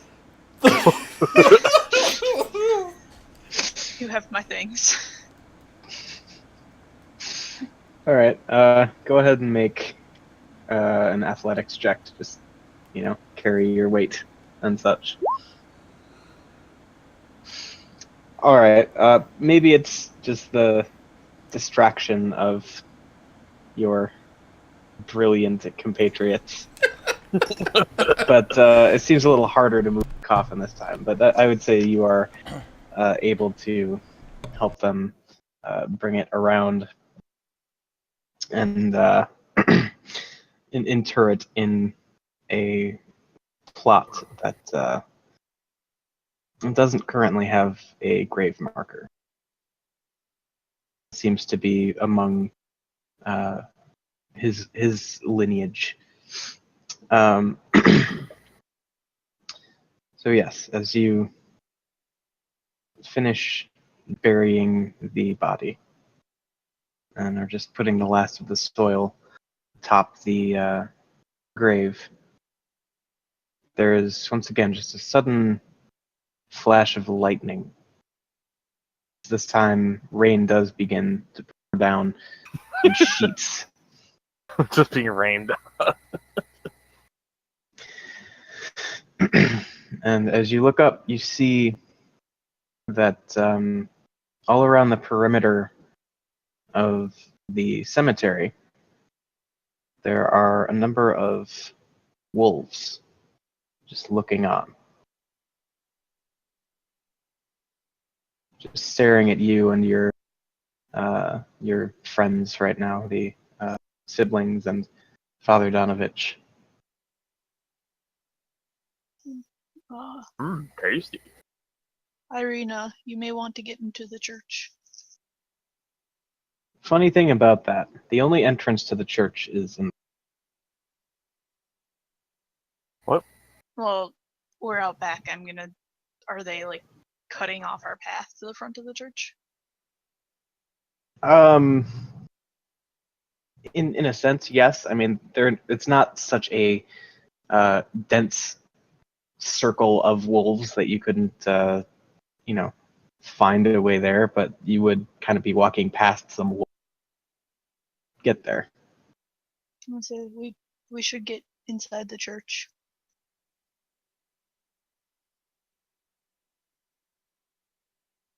So I'll see if me and Bismarck can put Irina in between of us and start making our way towards the church. Where are me and Malkar? Like, did you guys just? We'll Sitting pass on out. the lawn in front of the church. So you guys just left us out there, and there's a bunch of wolves around. Yep. There weren't wolves when we first left you. Okay. You're the ones who knocked yourself out. Well, Brown, let's roll some new characters. I'll have another one. Okay. Well, can we ease our way back to the front of the church? So you approach the perimeter of the graveyard, and the wolves just track you with their gaze. They don't seem to make any aggressive movements towards you. As the next... Can I speak with angels? Speak with angels? Speak with animals? Speak with angels. Speak with my guardian angel to get me the fuck out of here. Yeah.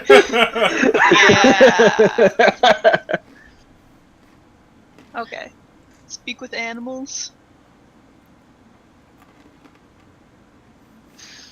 Okay. Let me check something out real quick.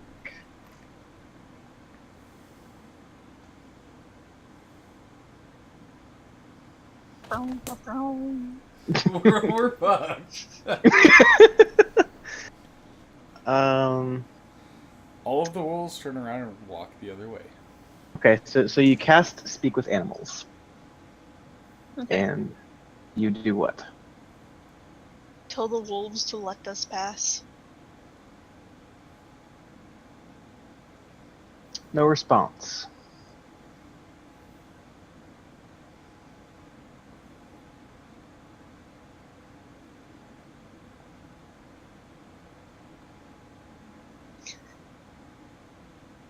Can I try and intimidate them?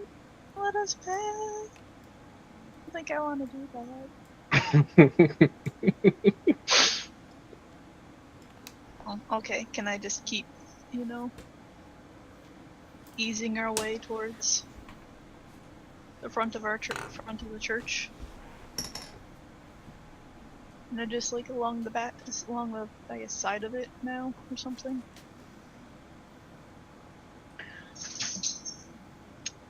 Sure. So keeping tight to the church, you kind of trace the exterior back around the side, and as you're about halfway to the front of the church, you see what looks like a horse that seems to be running through the air in sort of in an upward direction, seemingly having just departed from somewhere near the front of the church. On Oh, it, you see a rather tall and imposing figure, and some sort of package or something seems to be slung over the back of the horse. Where's the horse going? Um, as you see it kind of ascending up through the air, Okay, it's it going like into the sky. yes, it's going into the Okay. sky, galloping through the air. And what you can make out from here is it seems to be all black with a mane of flame. And you see it galloping up, ascending into the air, and wheeling around to essentially pass alongside the church, but at an altitude of probably 50 or so feet.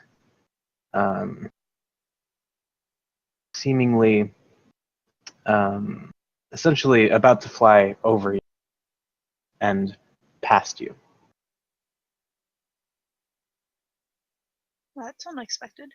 Um, okay. I guess we'll just keep making our way towards the front of the church. All right. As you round the corner at the front of the church, you see um, the unconscious form of Melkar still sprawled across the front steps. Standing over him, a very tall and imposing figure.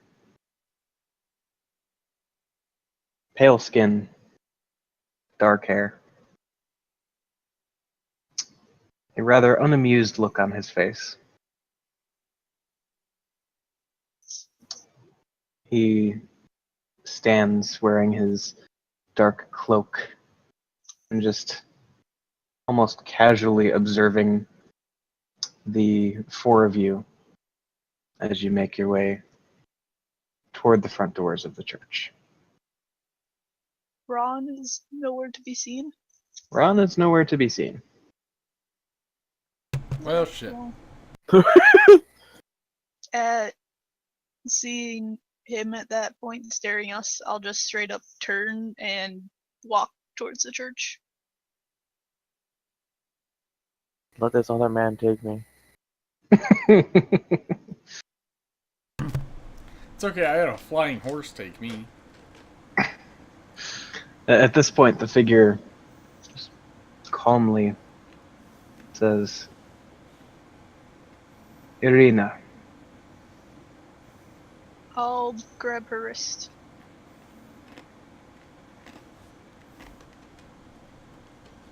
Come with me, and I will spare your friends.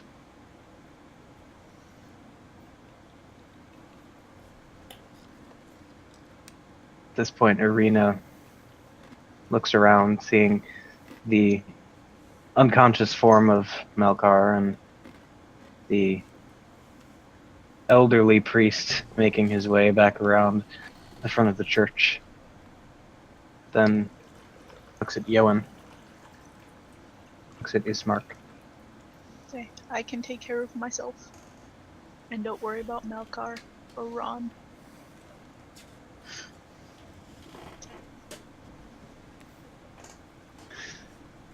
She looks at you and says, "You've done what you could." She tries to pull away from your handhold. Are you going to attempt to effectively restrain her, or are you going to let her go? I'm gonna restrain her and look into her eyes and say, think carefully on this. There's no going back.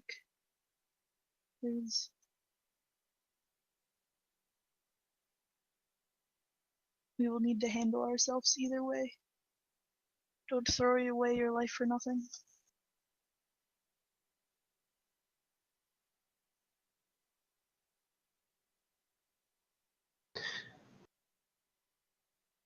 You see tears well up in her eyes. And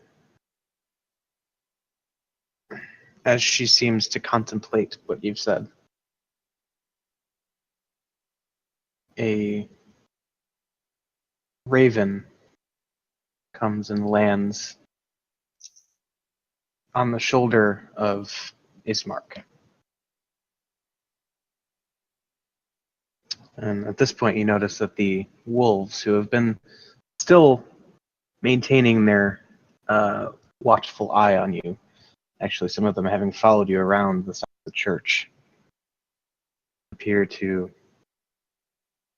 turn and casually walk away. And as you look back around toward where Melkar and this rather imperious figure had been, you see only Melkar. Aww.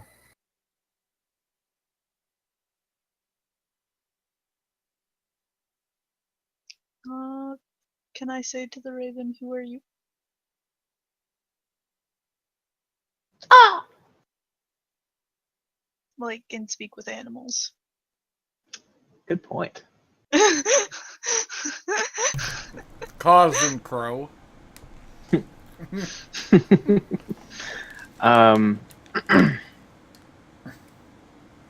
Says, I'm me. Why are you here on his shoulder? As I can be. Okay. It just looked kind of ominous. I guess you're a free bird. You can be wherever you want. Okay. Well, have a nice day. You too. Okay. And then I'll just look back at Irina. And be like, they'll kind of let go of her. Okay. And step back and nod.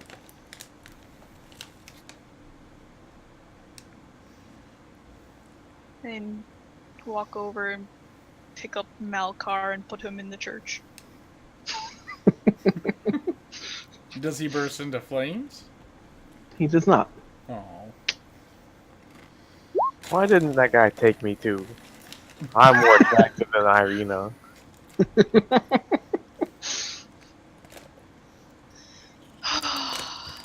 Now, where did they take Ron?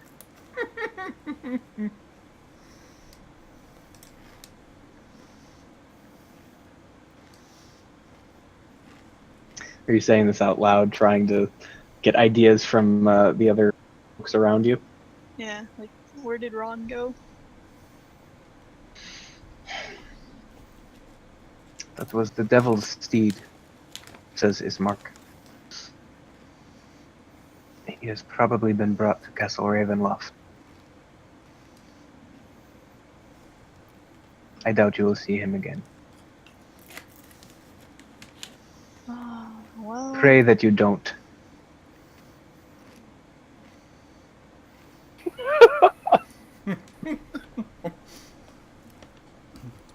Seems like these guys are more assholes than the stranger who was over my body. you're asleep. I know. Shut up. Yeah, you are in your happy place right now. You're having like this awesome time. It's like sunshine and happy times. Yeah, No Cthulhu monsters in my sleep. whatever makes you happy, that's what's there. Mine, I'm on stage just roaring and rocking in front of a huge crowd. Snuggling with a teddy bear sized Cthulhu.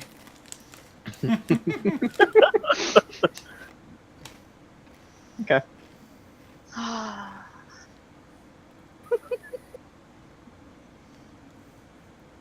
Okay, well, I guess I'll sit here with Melkor and wait for him to wake up, and then we'll decide on our next course of action. And yeah, at this point, like the whole group of conscious individuals still with you kind of files in the front door of the church, and you hear priest sort of bringing up the rear. He's like, I've seen this before. One moment. He kind of hobbles over toward Melkar as he just lies there on the floor. And kneels down and, he kind of cracks his knuckles, seems to be preparing for some sort of spell or ritual or incantation or something. And then just slaps you across the face, Malkar. And you are jarred back to consciousness. He just fucking slapped you. It was fantastic, wasn't it? That was amazing. I'm just gonna, it's like, I know you liked it rough Cthulhu, but damn. And then I just like open my eyes, do like a double take, I'm like, oh wait, did I sleep? Yeah. You are in a trance, child. Just for RP purposes, in the like my character while he was sleeping, could he have been like hugging and like making out with his staff, thinking it was the teddy bear sized Cthulhu? Sure. Okay.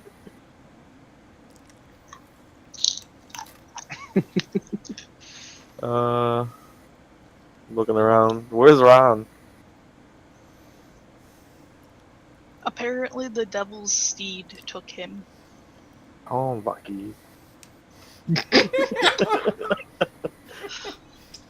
Should we go after him? Yeah, that question and why it didn't take me as well. I'm sure you can ask them.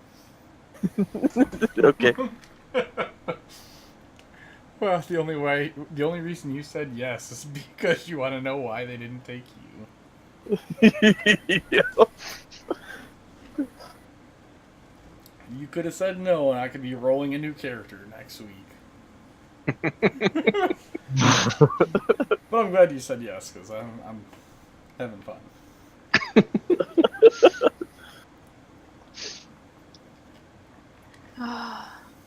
Where did this devil's steed take Ron? And at this point, noticing that Yoan is still a bit unfamiliar with the way things work around here, Ismark chimes in and says, seems to have been headed toward Castle Ravenloft. Can you point me in the direction?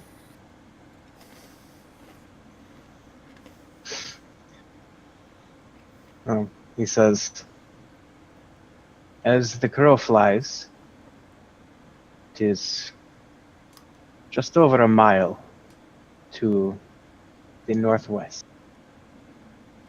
For those who dare not traverse the wood, prefer to travel by road, it is about a day's journey from venture west from Barovia, follow the road through the Svalek woods. Through what woods? The Svalek woods, Oh, okay.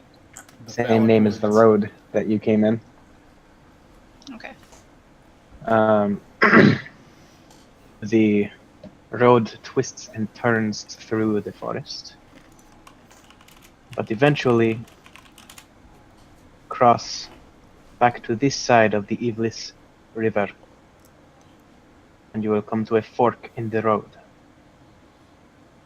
The right path will lead you to Ravenloft. The left continue the old Svalek road, Valaki.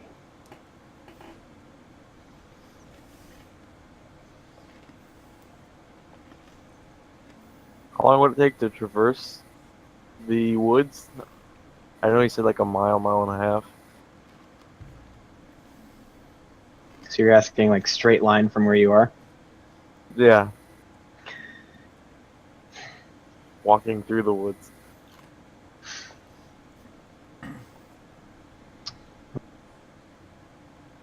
Probably have to walk about 2 miles, all told. About half of that through the woods. And then another half mile around the spire on which Ravenloft rests. That is likely a journey of a day, perhaps a day and a half, through difficult terrain and running the risk of unfortunate encounters in the woods. Sounds like a plan. I just stroll off. Just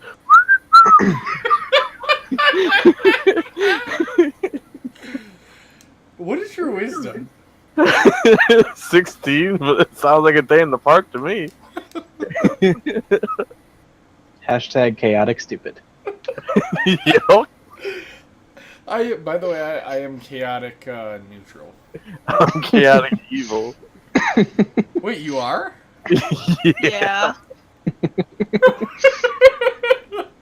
Okay.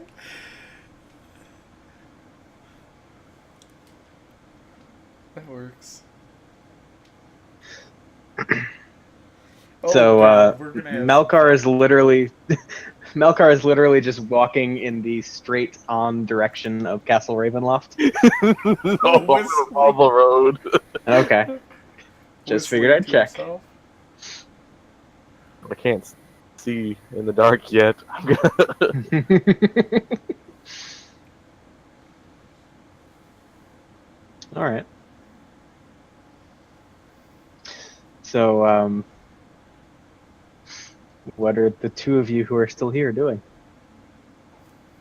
Walking down that road to the west, like he said. I guess I'm going with him.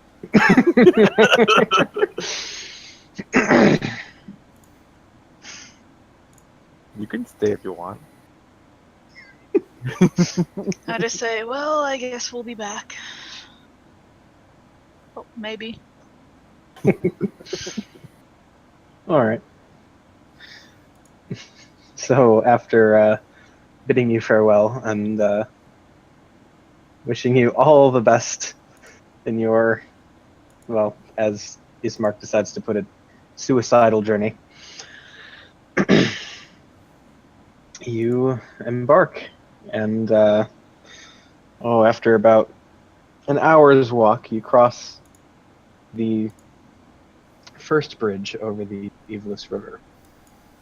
and find yourselves once more entering into the woods. The road then winds through the woods for about another 2 hours walk. And as you proceed through, start to hear strange noises coming from the almost whispers.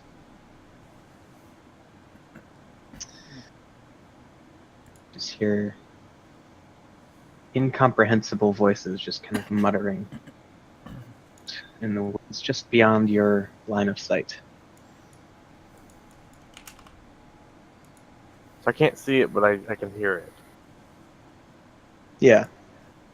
I'm just gonna keep on with that whole stride, just and then like I'm gonna wave off to the side, not even looking. Like I'm waving, like I know they're there, but I don't give a shit. Okay. On we walk toward us. What was that? On we walk toward us. So as you don't know. As you round a second major bend in the road, you turn and into your field of vision. You see, looks like a fork in the road. You're still in the woods, so it doesn't seem as though this is what Ismark was talking about. What you can see is what looks like an old wooden gallows, just creaking in the cold wind that blows down from the high ground to the west. Is there any like people around it, or someone being hung? Well, you look around, and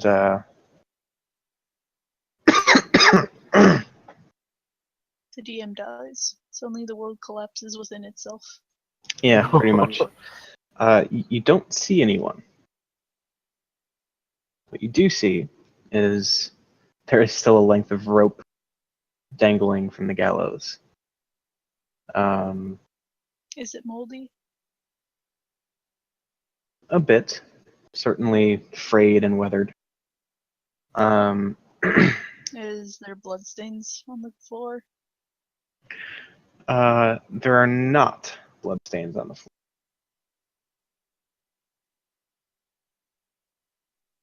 As you continue looking on, you see a signpost just opposite the gallows, like across the road, with a sign pointing back in your direction for Rovia Village. The Sayre Pool to the northwest, and Ravenloft and the Valaki to the southwest. Were we going to The- Ravenloft to get there? Yeah. Southwest it is. There you go. It's all right. The northwest fork, the Sayre Pool, seems to slant down and disappear into the trees. The southwest fork clings to sort of an upward slope.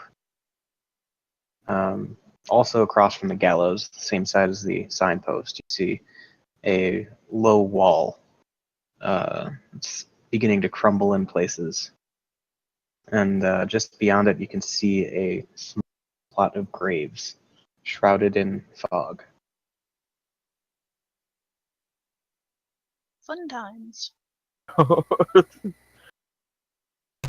I got I got a first class ticket to the castle. Yeah. You're cutting out like a motherfucker again. Oh, I said I got first class ticket to the castle. Oh,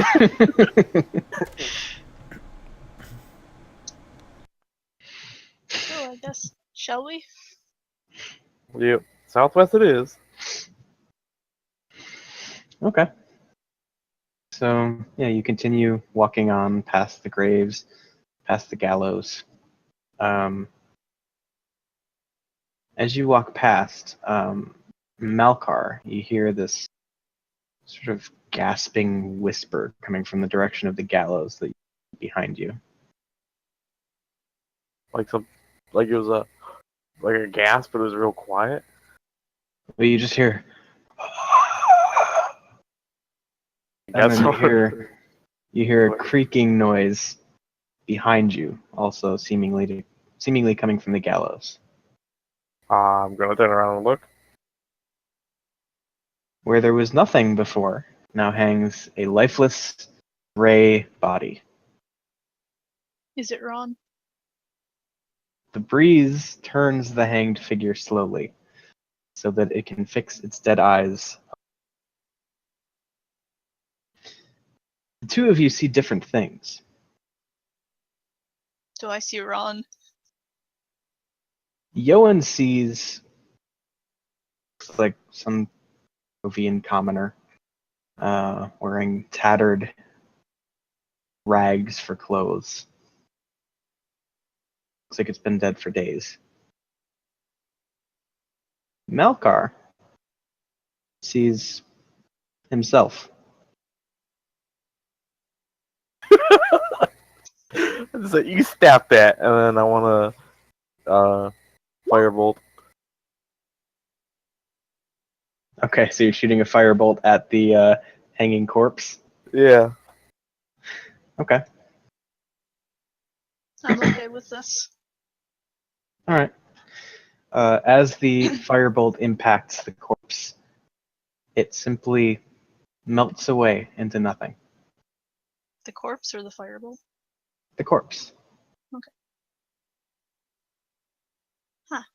That was weird. Carrying on.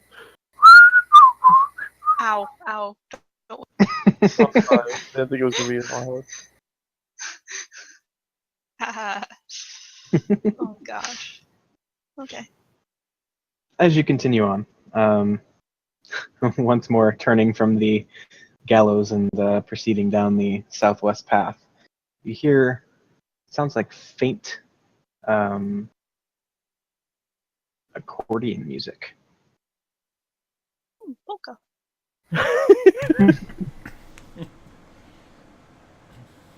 I hear a little monkey as well. Nothing indicates that there is a monkey.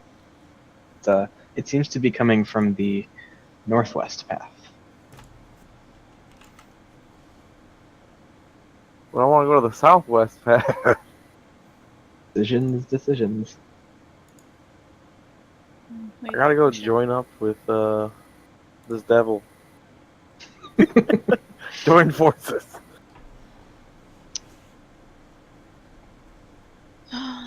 Well, we should probably rescue Ron first.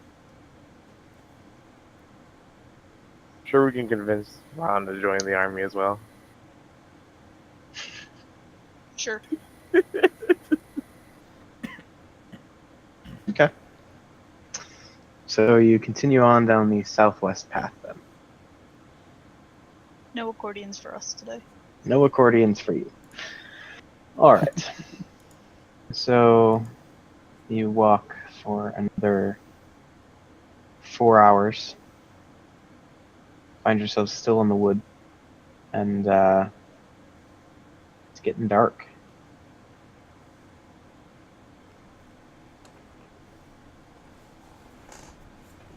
How far from Ravenloft are we?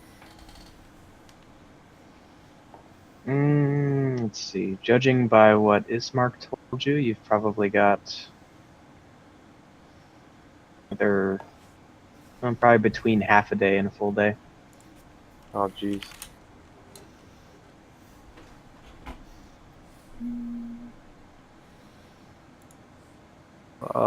Is there... Should we- What?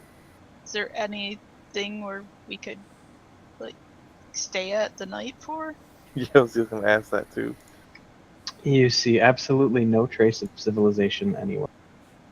Just the woods that seem to encapsulate the road that you've been traveling on. What? Turn do to... you want what? to just keep going?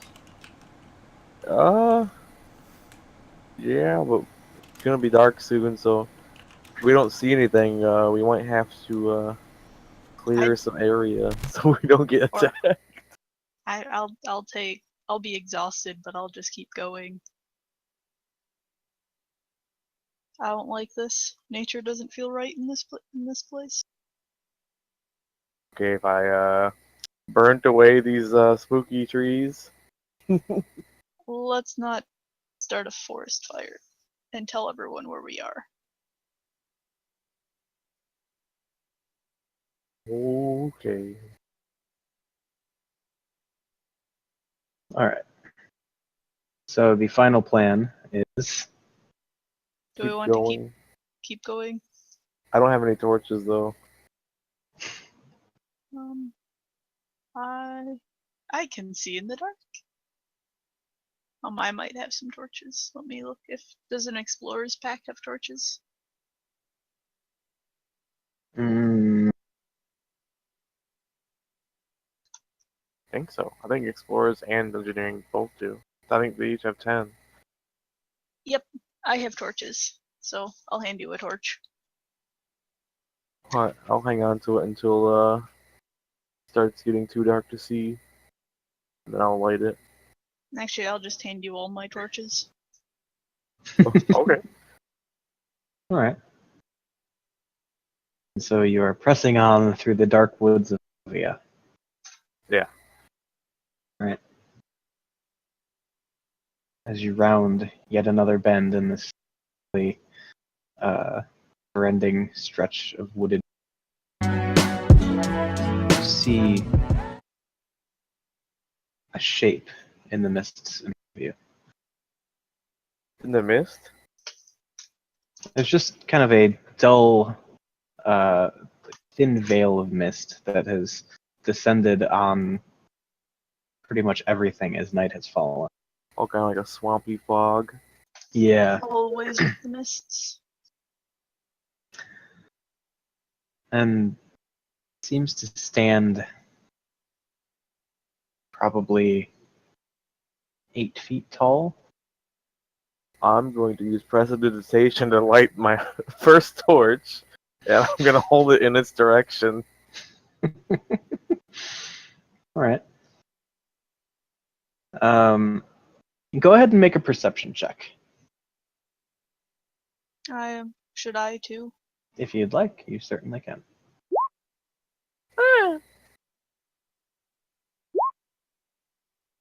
All right. So yeah, both of those are high enough that through the mist you see a skeletal war horse and rider, Oh, both clad in rusted, ruined chainmail.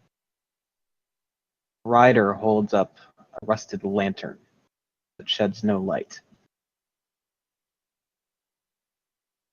is this the same one that I saw on the fire the other night? No, but as a point of interest, the one that you saw in the fire, well, never mind. What? Never mind. Okay. Eric was gonna give you a clue, but now you have to remember.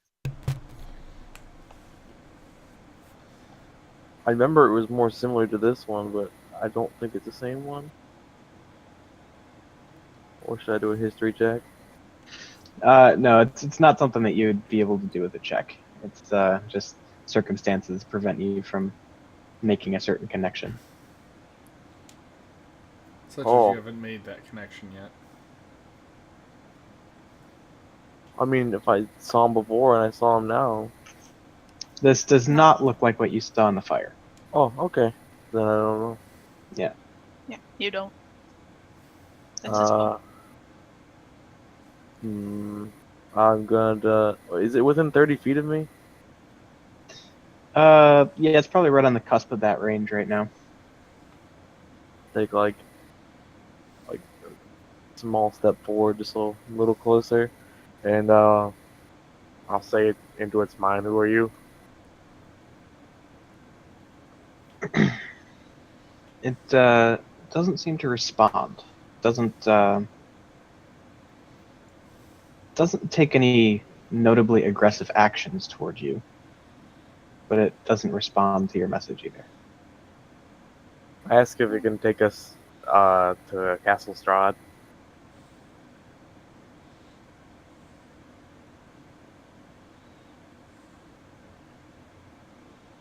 Okay. As the horse and rider have been slowly just making their way toward you, you see the skeletal rider sort of pull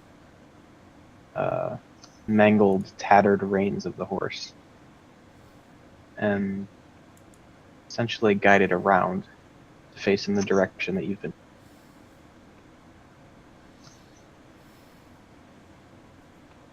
Then begins slowly making its way in that direction. I'll shrug my shoulders and follow. I will as well.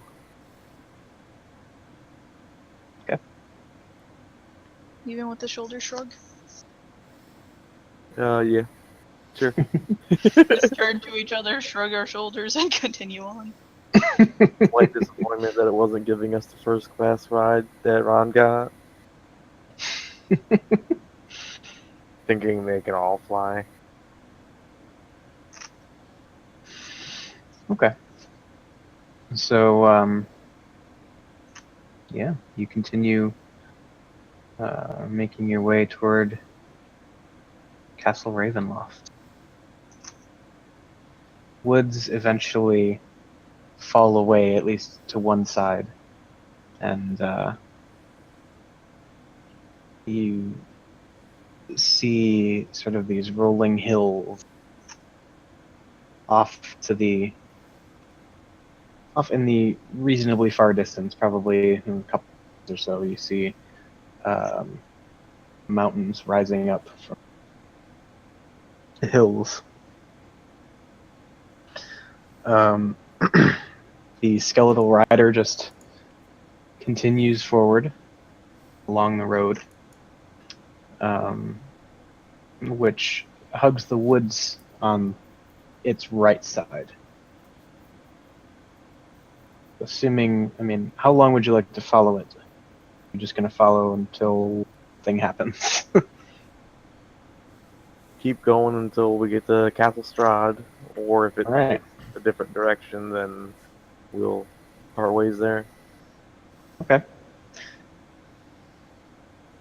So, yeah, you continue following the rider down the road, beside the woods, through another heavily wooded area, eventually over a second bridge. A small sign next to the bridge reads the Evilist River. Evilist? Evilist, like Oh, Ivlis. Okay. Yes, it's the evilest river. The most evilest of all the rivers.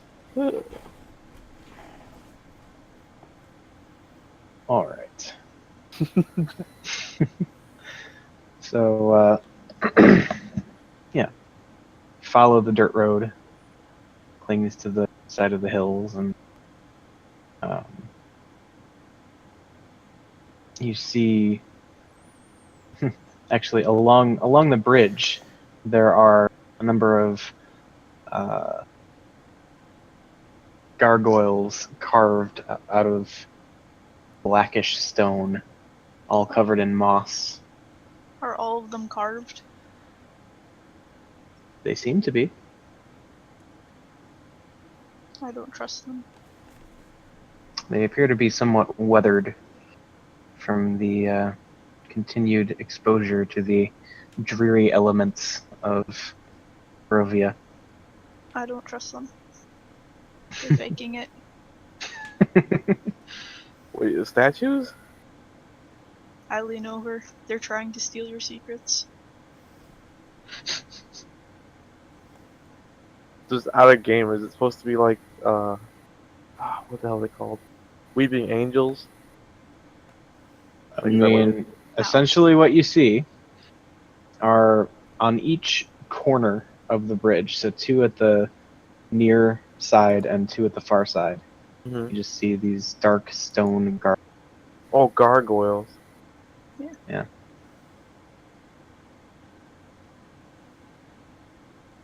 That's where this guy's leading us. Yep. Following along like I belong. Gargoyles are trying to steal your secrets. I'll just stick closer to the horseman guy. Keeping an eye out on the gargoyles as we pass.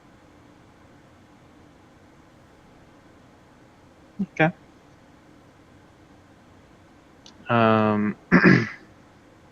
Let's see. I would like you both to make dexterity checks.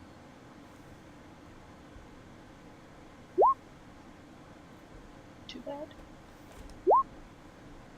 Yeah, not too bad. So as you step forward onto the bridge, it is slippery, slick with moisture, but structurally seems pretty sound. You nearly fall, but manage to catch yourselves. The rider just leads on over the bridge and round what's now become a full-fledged mountainside once you've crossed the bridge. Winds even more, just like the path that you've been on. First around to the left, right. After another 2 hours or so, you find yourselves at a crossroads.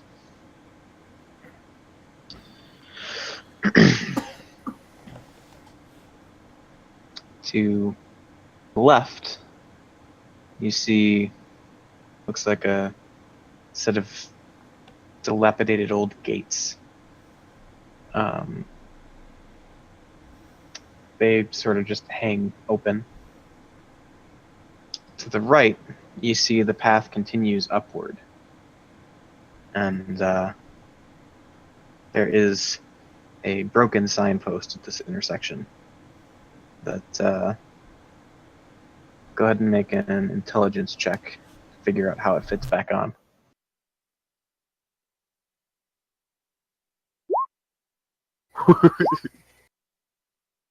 All right, so looking at the break patterns on the post, Yoan is fairly confident that it's telling you Ravenloft is to your right, the ascending path that continues on up the mountainside, and Valaki is. Okay. Ravenloft is to the left. Valaki's to Ravenloft's to the right. Valaki's to the left. No, I miss what you said out loud, and what you said in my headset got garbled. Okay. So I actually heard left instead of right, but then when you heard it, I figured it out. Anyways, we want to go right. The skeleton guy going that way? He is. Alright, keep going. Okay. So after, let's see, another 4 hours, you finally, no, sorry, another 2 hours, you finally make your way almost fully around that this road has been kind of built along the side of. And before you, you see the short remainder of the road that leads to a massive castle. There are a number of tall, looming spires, all made of this dark gray and black stone. The first time you're seeing the awesome presence of Castle Ravenloft. There is a pair of guard towers that seem to overlook this massive chasm stands between the end of the road and the castle proper. A massive drawbridge stands in the upright position, barring any passage across the chasm. As you see high stone wall framing the entire perimeter of this castle. Every few feet, you see what look to be stone gargoyles looking out, over, grinning hideously. They're trying to steal your secrets. A rotting wooden portcullis can just barely be seen over the top of the drawbridge.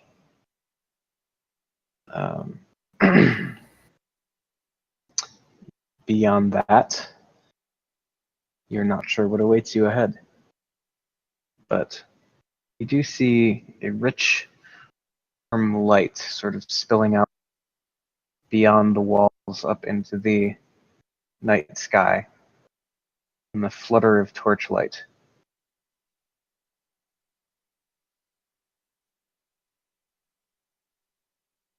And I think that's where we'll wrap it up for tonight. Oh.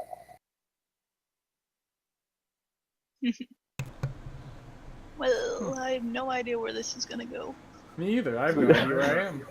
So you said that this campaign's for level 1 to 11? Mm-hmm. I think we just skipped to the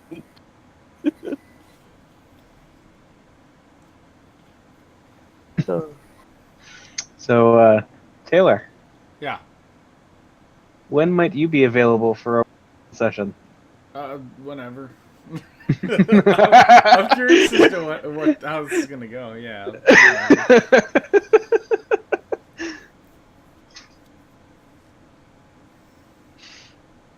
Like, gosh, we have to go save you.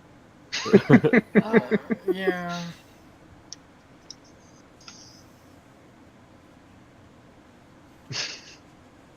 Go eat this pie and knock yourself out. Get kidnapped by a Pegasus. Mind you, there was somebody riding the flying horse. The horse is still guilty. Okay. Whatever you